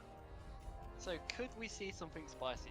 Could we see the Shaco or the Ivern come through? Because they are 2 of Varte's most played with Nunu, and their champions are just so annoying because they have such a different playstyle that you have to play the game completely different against these champions. Meanwhile, though, it's just the Syndra locked in for the time being for Core Dynamic, so that's pretty run of the mill. Darius being hovered here by Black Lions, running down the clock once again, switching to Echo at the last moment. So that's a bit of a flexible pick. Could be going to the jungle, could also be going to the middle lane. Both picks are very flexible here, and Core Dynamic shown they like to play Syndra a lot. They like the flexibility of the champion and the fact that they can just switch around which lane she's going to, or even just switch entirely and throw Looker into the top lane and Towie into the mid lane like they did earlier. So it's just plenty of options on the table when you pick the Syndra here. Yeah, once again, it seems that mages are about just able to go pretty much anywhere on the whole map. Now, Rakan has been locked in for Black Lions as well. That is a champion that you can be pretty sure will be heading to the support. Yeah, and the Rakan's always a solid pickup.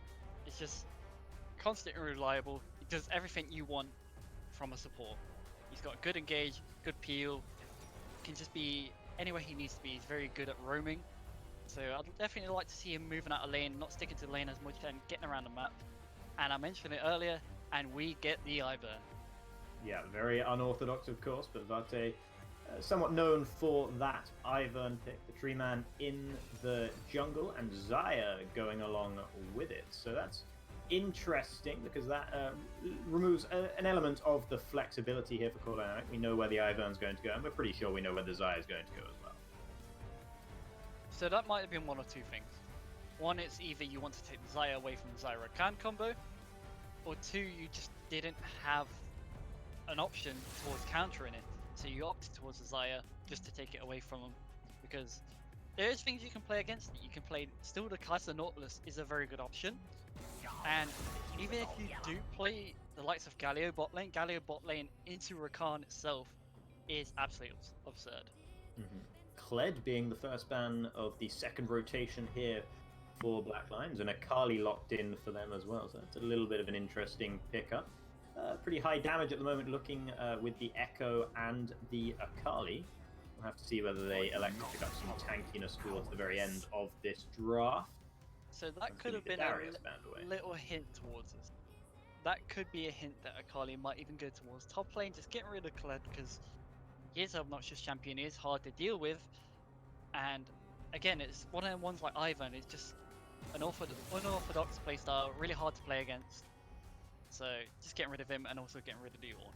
Yeah, and there's the Ornn ban. So all of the 3 bans you mentioned that you were looking for have all been banned out, each of them banned out by Black Lions. So Core Dynamic not really following your particular school of thought on the matter, but with 10 seconds left to go, we'll see what their final ban of this pick and ban phase will be. So the Darius might initiate that they were looking towards playing a tank towards this top lane.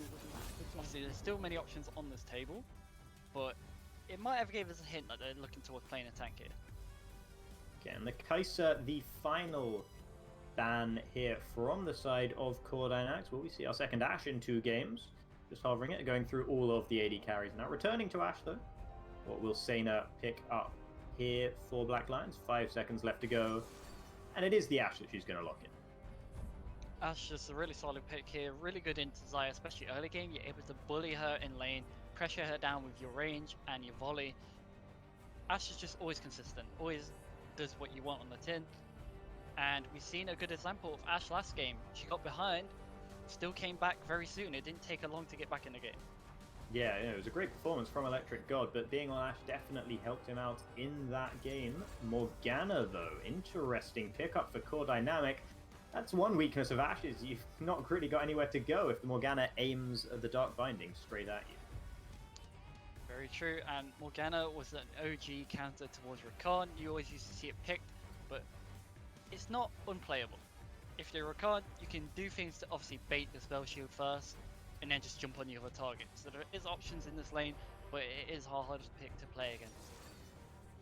Fiora is going to be the final pickup here for Core Dynamic. I'd be very surprised if that's going anywhere but the top lane. So it looks like we're going to have the Syndra in the middle lane, Morgana as the support. It's a pretty high damage composition coming out from Core Dynamic. Only the Ivern there, but of course I suppose that's the sort of thing that Ivern allows you to do because he's such a supportive champion in the jungle. It allows you to go for a bit more damage elsewhere on the map. The final pickup about to come through here for Black Lions, and it's the Malphite that they go for. I said they might need some tankiness somewhere down the line, and that's pretty much as tanky as you're going to get.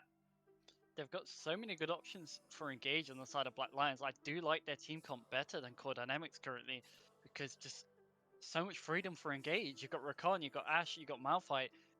There's only so much you can Black Shield here, and you do have some mobile targets on the side of Core Dynamic. Yeah, absolutely. Xayah does have the ability to ult away from any Malphite ults, and if played correctly, Retromaster should be able to do that, but Syndra really lacking options for escaping from the unstoppable force. And also might have a bit of trouble if the Akali manages to get up and in Lucca's face as well. So what you might want to see, you might want to see Varte play towards topside, push this Fiora ahead, just because when she gets a small lead, she's going to be able to take that a margin away and actually able to snowball so hard, because she's going to get the extra buffs from Ivern too. She's going to be able to go pick up a red buff, go pick up a blue buff if she wants, depending on who's actually around to take it at the time being. So she has options from Varte. Yeah, and she also has less trouble in general dealing with champions like the Malphite because of her vitals that she's able to pick up. Can melt through Malphite's health a little bit better than some of the other melee carries in the top lane would be able to do. And Fiora's Q applies on hit effects, so you will see the Blade of Ruin King more than likely bought this game, able to just sustain any damage Malphite does, and just apply the on hit effects to her vitals when she Qs forward. So just extra damage and able to shred this tank. Yeah, and if there's not really much that Primal can do about that either. There's only so many ways you can really play a Malphite. Of course, the skill comes in for when you put yourself in the right places and the map and all that sort of thing. The decision making is still there, but there's not so much that you can do to outplay the Fiora in the top side. Very much so. But I think you'll see Sparx definitely play towards countering this because he doesn't want to let Ivan take his jungle for free. Ivan sort of is slightly similar to a Nunu because he will, anytime you show on the map, he will take your jungle when he has the opportunity to do so. Yeah, of course. But do you think the Echo is the sort of pick that will be able to deal with that, the pressure that Ivan's able to put out? I just think the Echo is a solid pick overall. It's going to be able to keep up with Ivan and also scale into the late game. So you're going to be able to be annoying and really slippery to get on. And it also just benefits the dive what Black Lion has.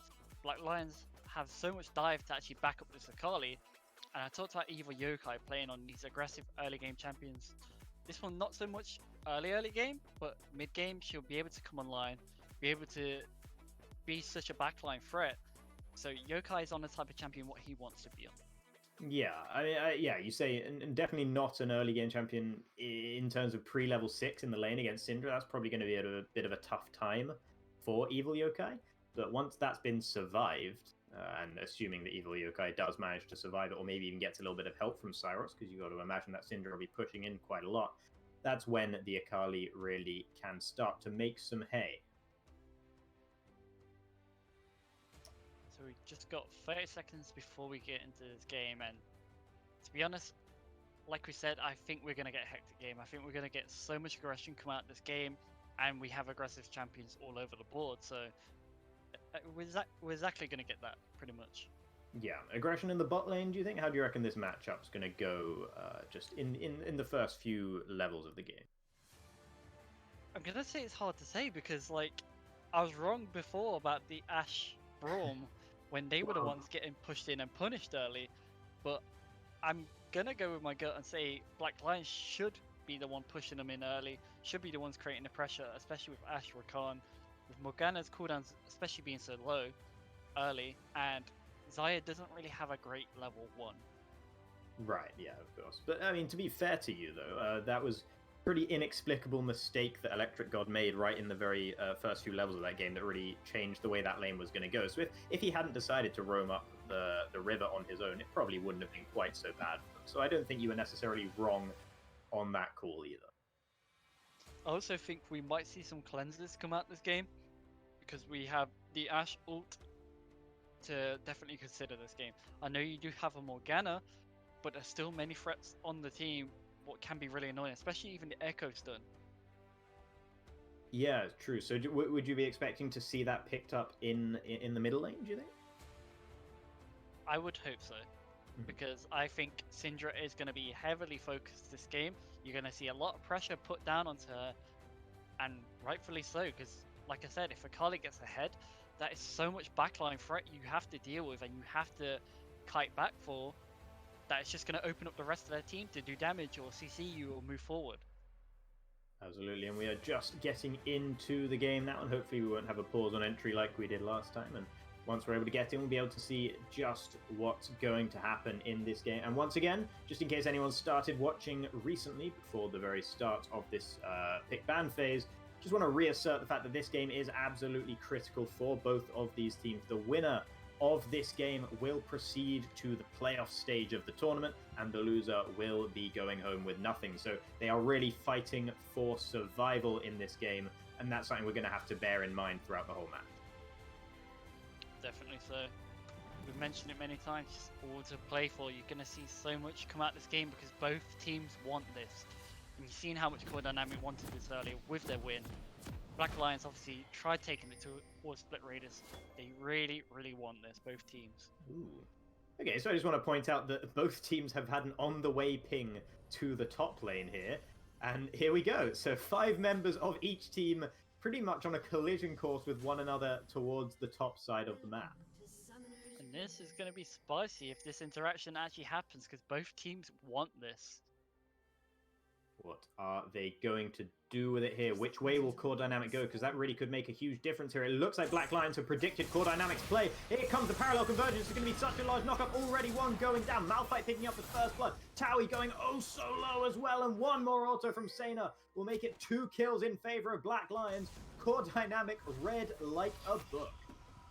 And the people who got the kills, Ashe and Malphite. So Malphite's going to have extra security for that top lane.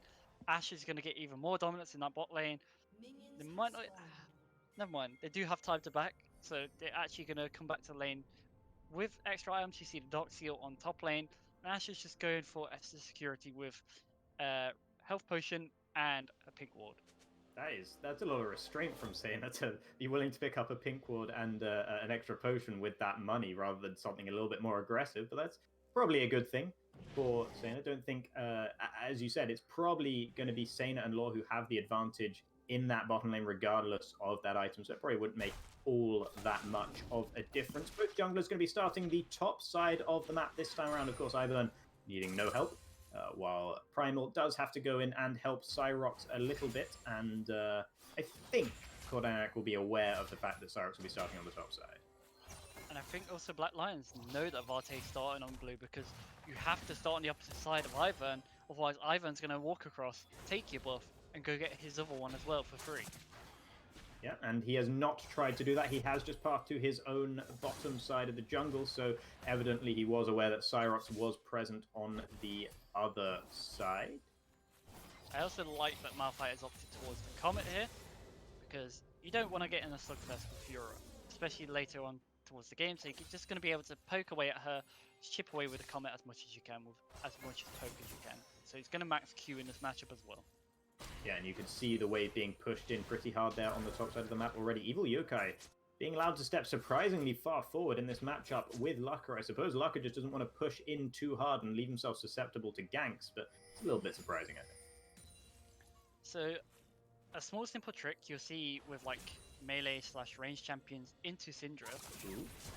I have to wait a moment here as Evil Yokai is trying to escape from the Tree Man. Will be able to do so without too much problem, though. Good stuff from Evil Yokai. Just casually walks away like nothing ever happened. Just the cuddly things. Really hard champion to gank. And trying to abuse her early long cooldowns, trying to pressure a bit more so Syndra just has that freedom with that wave.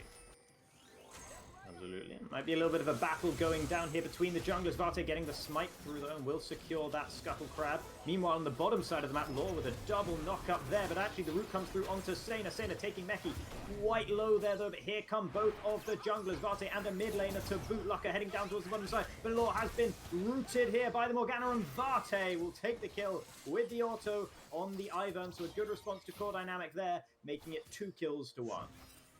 Deadly Ivern auto attack just to finish the kill. You go and wonder where Cyrox actually went, because Cyrox was near there the entire time, and Ivern was actually the one to turn up first after taking that Scuttle Crab. You would have thought Cyrox would have been the one to react. Top side of the map, Towie looking for an engage onto Primal. They're both going solo, but it is the Fiora that will be able to take the kill. Not too surprising to see Towie taking that one, but there were a lot of minions there, so that was pretty close.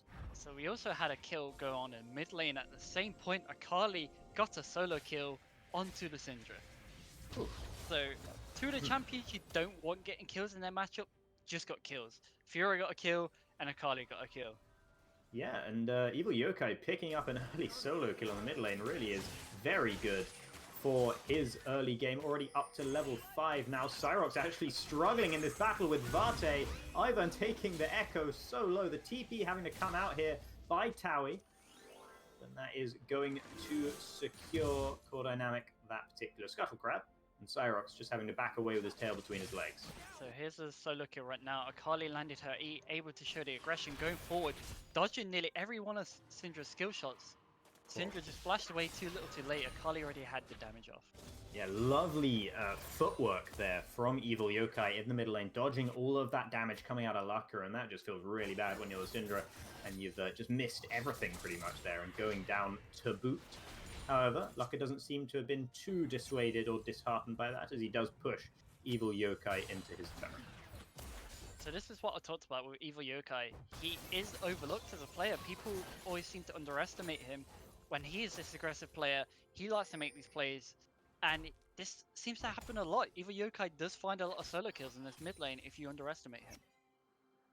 And with that X-Tech Revolver already picked up, Evil Yokai will be in a solid spot going forward. Towie going to push Primal in, Primal level 5 to Towie's level 6. And of course, the Fiora is pretty much going to have the run of the roost up there for pretty much the remainder of that lane, certainly the next few levels at least. Right now, we need to see Echo try claw himself back into this game because he's been bullied out, especially early by this Ivan. Ivan's been able to make a lot more happen this game so far.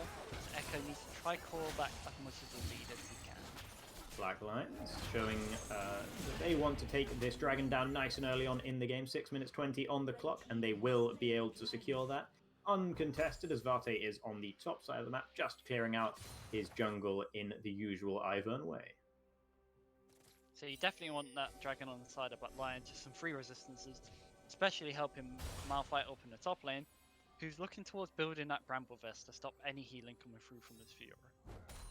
Yeah, Vate though heading up towards the top side, looking to set Primal back a little bit in his ambitions, and an instant ultimate away from Primal. Very sensible, good respect paid by the Black Lions top laner, and he will get out comfortably with his life. And I'm so happy to see that he didn't flash, because that's the worst thing you can ever see when someone's playing Malphite and they flash instead of just ulting away, because it's a big cooldown difference. Yeah, no, good heads-up play from Primal, of course. Pretty much any other champion, you'd be so ready to flash straight away, so good, you know, being very aware, being cognizant of the champion he's on, and even in high-pressure moments, knowing exactly what to do. Meanwhile, Evil Yokai looking to use that early game advantage. He was able to pick up Vate going so low here, and Evil Yokai with the 2-level advantage and the Ignite takes down the Ivern. And a really smart move by Black Lions here. Not only did Evil Yokai roam up to get that kill, they swapped the bot lane into top lane. You see this done quite often in pro play, and it's just a really smart rotation by them to be able to pressure down this Fiora, give Malphite some freedom. Yeah, pretty clean dodge away from the knock-up there from Towie, but still losing half of his health. We'll be able to pick up all the minions under the turret under no pressure though. And because they were first to make this move, Malphite gets the freedom to get the XP, to get the CS in that bot lane, and Black Lions are ready to take this Rift Herald. Yeah, very, very clean play from Black Lions in this game. It seems like they came into this game with an absolute plan of action. Here comes the response from Core Dynamic, though. It's 4 champions versus 4 up here on the top side. It's about to be 5 versus 4, as here comes Locke on the Syndra as well. Sanya already having to get out of the pit, and Cyrox having to dodge away as well. Core Dynamic just muscle Black Lions away and take the Rift Herald for themselves. And with Malphite having no TP, with more members of Core Dynamic being there, it just enables them to actually walk in, pincer that Ashe, pincer that Rakan, just to say, either you're flashing or we're going to kill you. Yeah, really, really smart stuff there. And of course, the fact that Primal wasn't anywhere near meant that it was always going to be a 5v4 if a proper fight did break out. But Black Lions don't look like they're done here. They're once again looking up towards the top side of the map. 3 champions on the side of Core Dynamic versus the 4 of Black Lions. Great route there from the Ivern, stopping Law in his tracks. And that means the Black Lions will not be able to continue with that attempted engagement. Definitely can't continue anymore, and you see the Fiora is opting towards the Ravenous Hydra build. Obviously it can still change. She just picks up the Tiamat because it's also really nice with your wave clear, because Fiora really does lack that wave clear, especially in the side lane. Yeah, and that was a pretty hefty chunk that Towie just took from the slam of the ground there from the Malphite, and of course the Comet on top of that as well. It's still a bit of a cold war up here on the top side of the map. Both sides want something to happen, and there will be the Dark Binding. And that is going to be a dead Rakan anytime soon. No, the flash away just before Daisy arrives. And Law will be able to get out of that one. Cyrox has shown up here and will throw down the parallel convergence. A little bit short, though. Daisy was the only one who was in range to be stunned by that. See, this is the scary thing about Core Dynamics team comp. You get hit by one root, one binding, you're going to get hit by another, and another. They got triple root on their team, so it's really obnoxious to play through. And we see the Rift Herald coming out through top lane, trying to secure some plays, trying to get some gold for their team. It's a very early Rift Herald just taking a couple of plates down. Once again, Law being taken low and will be taken out by Meki, and that damage onto Cyrox is absurd. Has to try and get away from it now. So much speed on the passive there, and Cyrox will not be able to escape. Flash in from Meki to get a double kill on the support. Evil Yokai has arrived on the Akali, but a good timing on the stopwatch there means that he will have a little bit more trouble, but he's going to melt through them anyway. A double kill now for Evil Yokai. Laka shows up just in time to help Vate escape, but a good response once again from Black Lions. Black Lions on the move all the time. Evil Yokai actually getting the pressure to move up towards that top lane, picking up 2 kills. Evil Yokai is popping off on the Akali so far. He has 4 kills, 2 assists. He's part of every kill of this game so far. A lot of pings going down on the bottom side of the river. The dragon is about to spawn. It's an infernal dragon, the second dragon of the game. And both teams have accordingly moved their focus away from the top side of the map down towards the bottom side. And once again, it looks like we're going to see a bit more action around this objective. And it is the Gunblade picked up by Akali right now. So Akali is at such a strong point. But is she going to be down in time to contest this dragon? Codynamic seem to be forcing this really hard, and they seem to be on the move first. Yeah, and those bushes that Vate is able to put up really harms Black Lion's attempt to try and deal with this so much. That really can be such a powerful tool when used correctly. Evil Yokai threatening on the backside of the fight, but in goes Primal with a big knockup. Already, Towie has gone down, and Core Dynamic, it's all going wrong for them. There goes the jungler as well. 3 kills for nothing in an instant there from Black Lion. Great play from them. And this is what I talked about. There's no cleanse here, so Morgana can't black shield everyone. And just getting the perfect knockup by Law, was able to just follow up that team fight really well, chase him down with the Ashe, landing the arrow on top of that, and also grab the dragon. Black Lions have a game plan coming into this game, and they look ready. Yeah, and the oceans are bringing life to this particular version of Summoner's Rift. I mean, there's going to be a lot more bushes around, and even more with Vate. Half the map's going to be covered in bushes when he's done with it. So that's going to be an extra something that some of these guys are going to have to contend. I can't praise them enough, though, for how much patience they had to play around them bushes. Obviously, you had the Ashe scout it with her E first, just to make sure. And knowing that they don't have enough damage, knowing that they're not quick enough to actually burst this down, they're able to get there in time, able to get the fight they need. So you have to just keep this patience up. Black Lions just know what they're doing right now. And this is really the Evil Yokai show at the moment. Though Towie's looking to have something to say about that as he engages on towards Primal, chunking the Malphite's health bar down a little bit, but Primal's not going to be feeling all too poorly as a result of that. Here comes Cyrox up towards the top side. Primal trying to bait Towie in to continue the fight, but Towie knows that something's up and just gets out of there as quick as he possibly can on the Fiora. There's also an answer. There is free in that top side. Meki is up there waiting. Ooh, the Dark Binding will go very wide there. Good dodge away from Cyrox. Meanwhile, in the bottom lane, Retromaster caught all on his own, and Sena will take the kill in the 2v1 there. Just Retromaster not giving the appropriate respect in the 1v2 situation. So just before we panned over, we've seen the Ashe arrow come out, and I believe that forced Retromaster's ult, and then Lord just walked in. Lord was just like, okay, you're dead, and then he pretty much just followed up with the Ashe, able to run her down. Towie going so low, and Primal's able to just jump in there and get the kill. Vate low as well, half health. The Daisy will act as an effective bodyguard. Here comes Locker up towards the top side of the map. Cyrox doesn't seem to have dodged away in time. This could be a problem for him. Meanwhile, back on the bottom side, Evil Yokai is looking to make something happen. Cyrox seems to be in the most danger at the moment, though, as he has to resort to going into the alcove. He's going to try and escape with the ultimate at some point, you'd have to imagine, but the ultimate doesn't get any damage down onto Locker, so there's not going to be a trade available. And Cyrox does go down, but once again, the kill going over to Vate. I don't think they would have wanted that. Not at all, but you think of how much time Cyrox actually bought there. It's actually still fine that he dies. He bought so much free time, so much freedom for the side of Black Lions. Obviously, Codynamic trying to look towards his Rift Herald now. Surely this has to be contested. you would have thought, but the contest's going to come a little bit late if it's going to come at all here. Evil Yokai just clearing out on the top side, making sure that top turret stays alive. We are seeing 3 members of the Black Lions heading towards this objective, but the jungler is not in tow at this present moment in time. The ult comes through from Sena and lands perfectly. Retro Master might be damaged once again, but look at all those shields onto the Xayah. Not really in that much trouble after all. The TP coming in on the backside. The Retro Master does go down in the end, and now Varte just having to run away. No amount of brushes is going to be able to help him escape. And he goes down, and 2 more kills, yet more kills, onto Evil Yokai. 8-0 and 2 after 15 minutes and 40 seconds. And the Ashe able to scout out that Rift Herald just to be able to give that information towards the team. Evil Yokai pushed in towards top lane just so he could be the one to rotate first. And again, Core Dynamic don't have the damage to be bursting down these targets, and they're able to get collapsed on again. Evil Yokai has just managed to die, just in the middle of nowhere there. Taui picking up the kill. Looks like Meki and Taui were able to do that. I suspected Dark Binding probably landed onto Evil Yokai, and that was why the Akali has gone down. So from 8-0 and 2, it's down to 8-1 and 2. That just resets the bounty before I got to 1,000. So, you know, silver linings and all that. Yeah.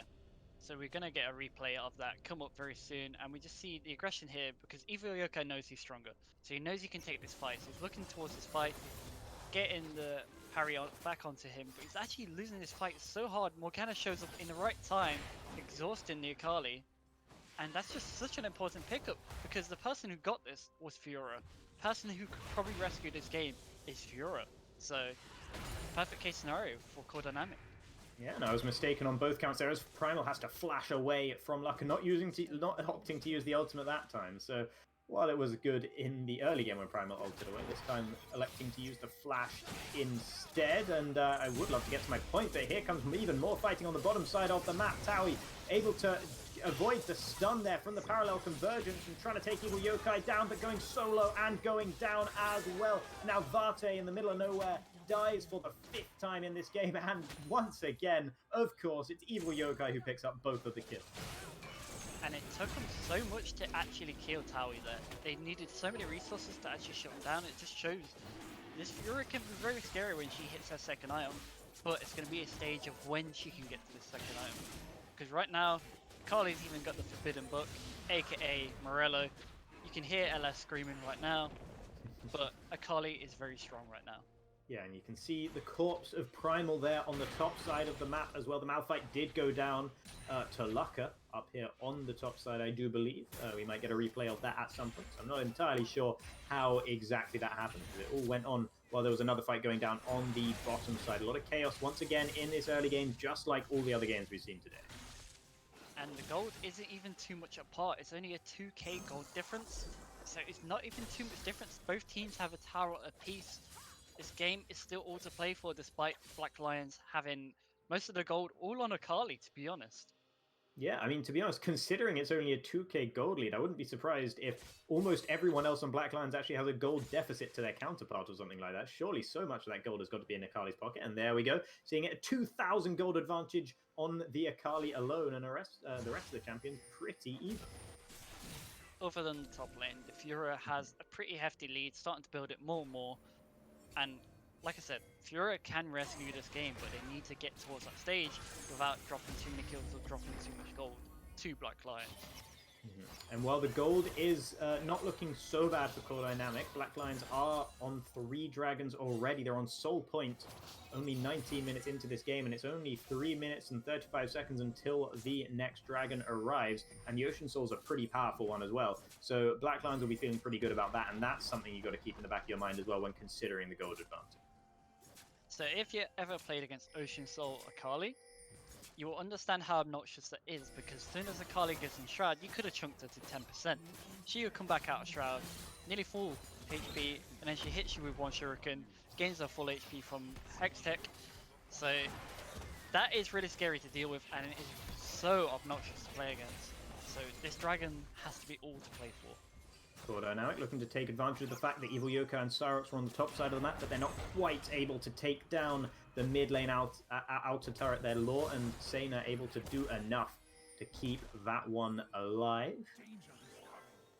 Doesn't look like there's any more fighting going to be going on for the time being, and it's actually Black Lions who are putting some pressure onto the middle lane themselves. Now here comes the second Rift Herald of the game, the first one for Black Lions. Great Hawk shot there, spots out Lucka on the way, so they're well aware of that one.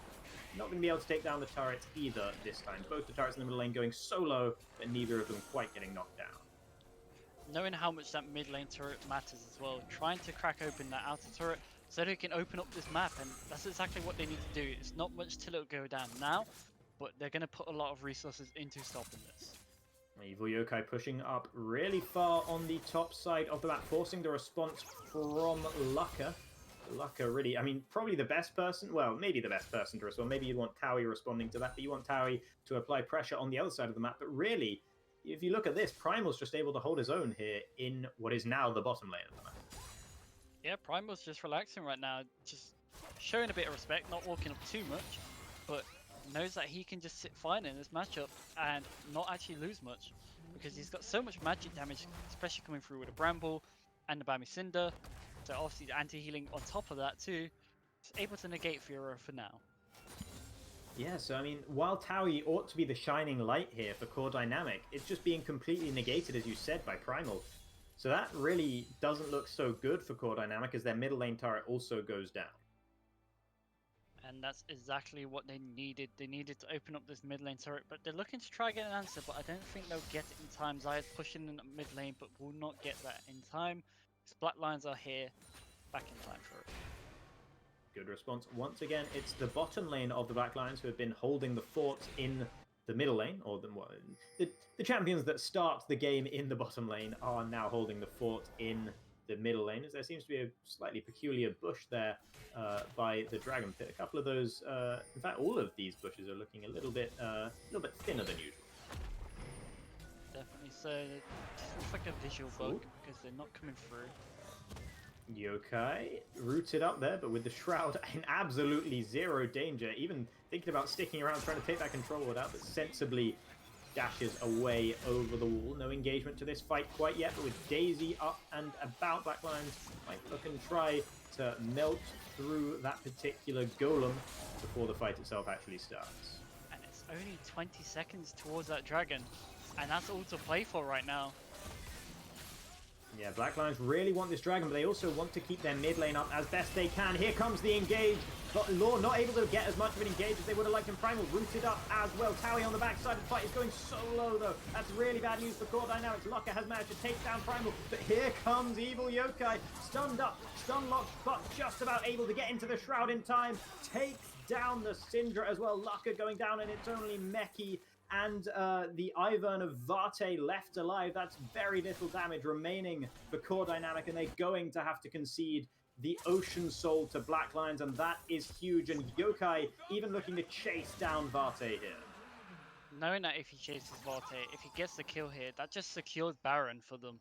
But not able to do much more. They're happy with the Soul. Yeah, absolutely. And I mean, just really well played on that team fight. It looked a little bit shaky at the start. The engage didn't quite go the way Black Lions wanted it to. Law particularly wasn't really able to get in to the fight. Was rooted up pretty quickly, I believe, by Retro Master. But Towie got really far into the Black Lions backline and was just completely deleted. So that once that source of damage for Core Dynamic was gone, that seemed to be it for that fight. Yeah, as soon as she used the parry, she was completely vulnerable and just gets exposed for that. The parry was great. It actually stunned up Primal in that fight, denying the Malphite ultimate, but it wasn't enough. Yeah, and with this trade in the bottom lane between the two top lane champions, with the Ocean Soul now for Primal, Towie can't really just keep going in for these short trades because it's just not going to go his way in the end. Look at the damage already onto the Fiora from Primal, just forcing Towie back once again. And when that isn't an option, when playing through Towie isn't an option here, there's very little that Core Dynamic can do at this point. I have to call it what it is, because I feel like it's a mistake not going Blade of Ruin King this game, on Fiora especially. Looks like Lucka's in a lot of trouble here on the top side. Not so lucky this time. Cyrox takes him down. Talk of mistakes, and we see one right there. Lucka stepping up a little bit too much, and Black Lions is able to secure a kill and look towards his Baron, because who's going to stop them? Yeah, exactly. Who is going to stop them? Towie's on the bottom side of the map with the teleport available, but Primal will be able to delete that teleport as soon as it starts with the ultimate, of course, if that's what Primal's looking to do. And without Towie on the top side of the map, I don't think Core Dynamic can really mount any sort of effective response. Meki trying to do something about it. Retro Master in the area. Here comes Daisy and Varte, but the stun immediately onto the Ivern, forcing him away just long enough for the Baron to be taken low. Surely they're going to secure the Baron at some point. No smite available to them by the look of things. And Evil Yokai managing to pick up the Baron despite that fact, but that was a little bit nervier than it should have been. Definitely so, and just imagine if Morgana actually stole that with her pool. Just imagine, that would have been absolutely insane for Core Dynamic and would have enabled Fiora this much more. But they able to secure it. Akali picks up the Baron for her team, and this is just going to make it even harder for Fiora to actually do something in the side lane. Yeah, might have even justified the early kills that Meki picked up onto that Morgana. Needed it for that little extra bit of damage on the pool. Alas, it was not to be, and Retro Master sitting at 0-4-4, only 184 farm at this point of the game, only one completed item if you don't include the boots on the Zyre at this point, and there comes the second completed item as I mentioned it, but feeling pretty bad at the moment, I think, Retro Master. Yeah, for sure. Not really able to do much because there's just so much threat to jump on her. Like I mentioned, Black Lions just have so much backline threat, and that's what they drafted with this team comp. Absolutely, and they're looking to spread themselves out across the map. And once again, now they have the Baron buff available to them. It's not quite a 1-3-1, but it's getting that way. Primal's got a little bit of a way to go before he can apply any pressure on the bottom side. But Cyrox, meanwhile, is taking away all of the top side jungle from Varte, starving the Ivern out just a little bit here. Meki and Retro Master trying to get any semblance of vision control on the top side, but Cyrox threatening them every step of the way. And rightfully so, they're threatening because they're in a commanding position. They also have the Ocean Soul, so they know they can take any sort of poke what they put out from Core Dynamic. Towie might actually be able to get the better of Primal here. Unstoppable Force away from Primal. And with the ultimate burned, I don't think Primal will feel too unhappy about that one. One turret goes down in the middle lane. Lucka and Evil Yokai battling it out, but it's not much of a fight as Evil Yokai melts through the Syndra's health bar there. Lucka going down, and the Enchanted Crystal Arrow onto Retro Master. Shields come through, so does the Redemption. Retro Master healed all the way back up to full. The fight dissuaded for the time being, but it really is only for the time being. As you can see, Evil Yokai pressuring on the top side of the map as well. Two inhibitor turrets about to go down here. Towie trying to respond to Evil Yokai, who will back away just a little bit up there, but meanwhile the inhibitor in the middle lane is being taken low. The root lands onto Law, and meanwhile up on the top side they're still battling it out. Meki maybe going low, but no, Cyrox elects to avoid that one, but Towie does go down in the end. Sena came up to help Evil Yokai, and now Meki will be taken a bit lower once again. Good route though onto Cyrox, dissuading that one, and the rest of Core Dynamics will be able to get out with their lives. But with Towie gone, these Nexus turrets might just be toast. Definitely so, and it looked like they just didn't have an answer because Black Lions just choked them out. And by the time Fury even got back, it didn't even matter, the base was already gone.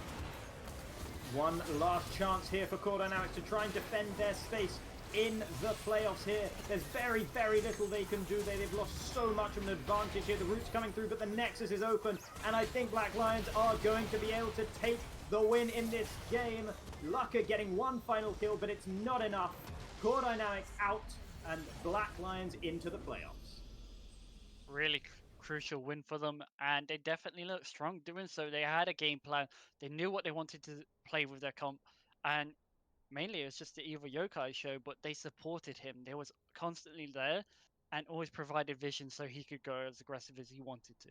Yeah, and I think from the very start of the game, when we saw Black Lions reading exactly what Core Dynamics were going to do, level 1 on the top side of the map, hiding in the bush, getting that 5v5, getting those 2 kills right at the start of the game, that showed how much they had a read on this game and how much they knew exactly how this game was going to go. And that just kept being the case throughout the game. They always seemed to be at least 1, maybe even 2 steps ahead of Core Dynamics here.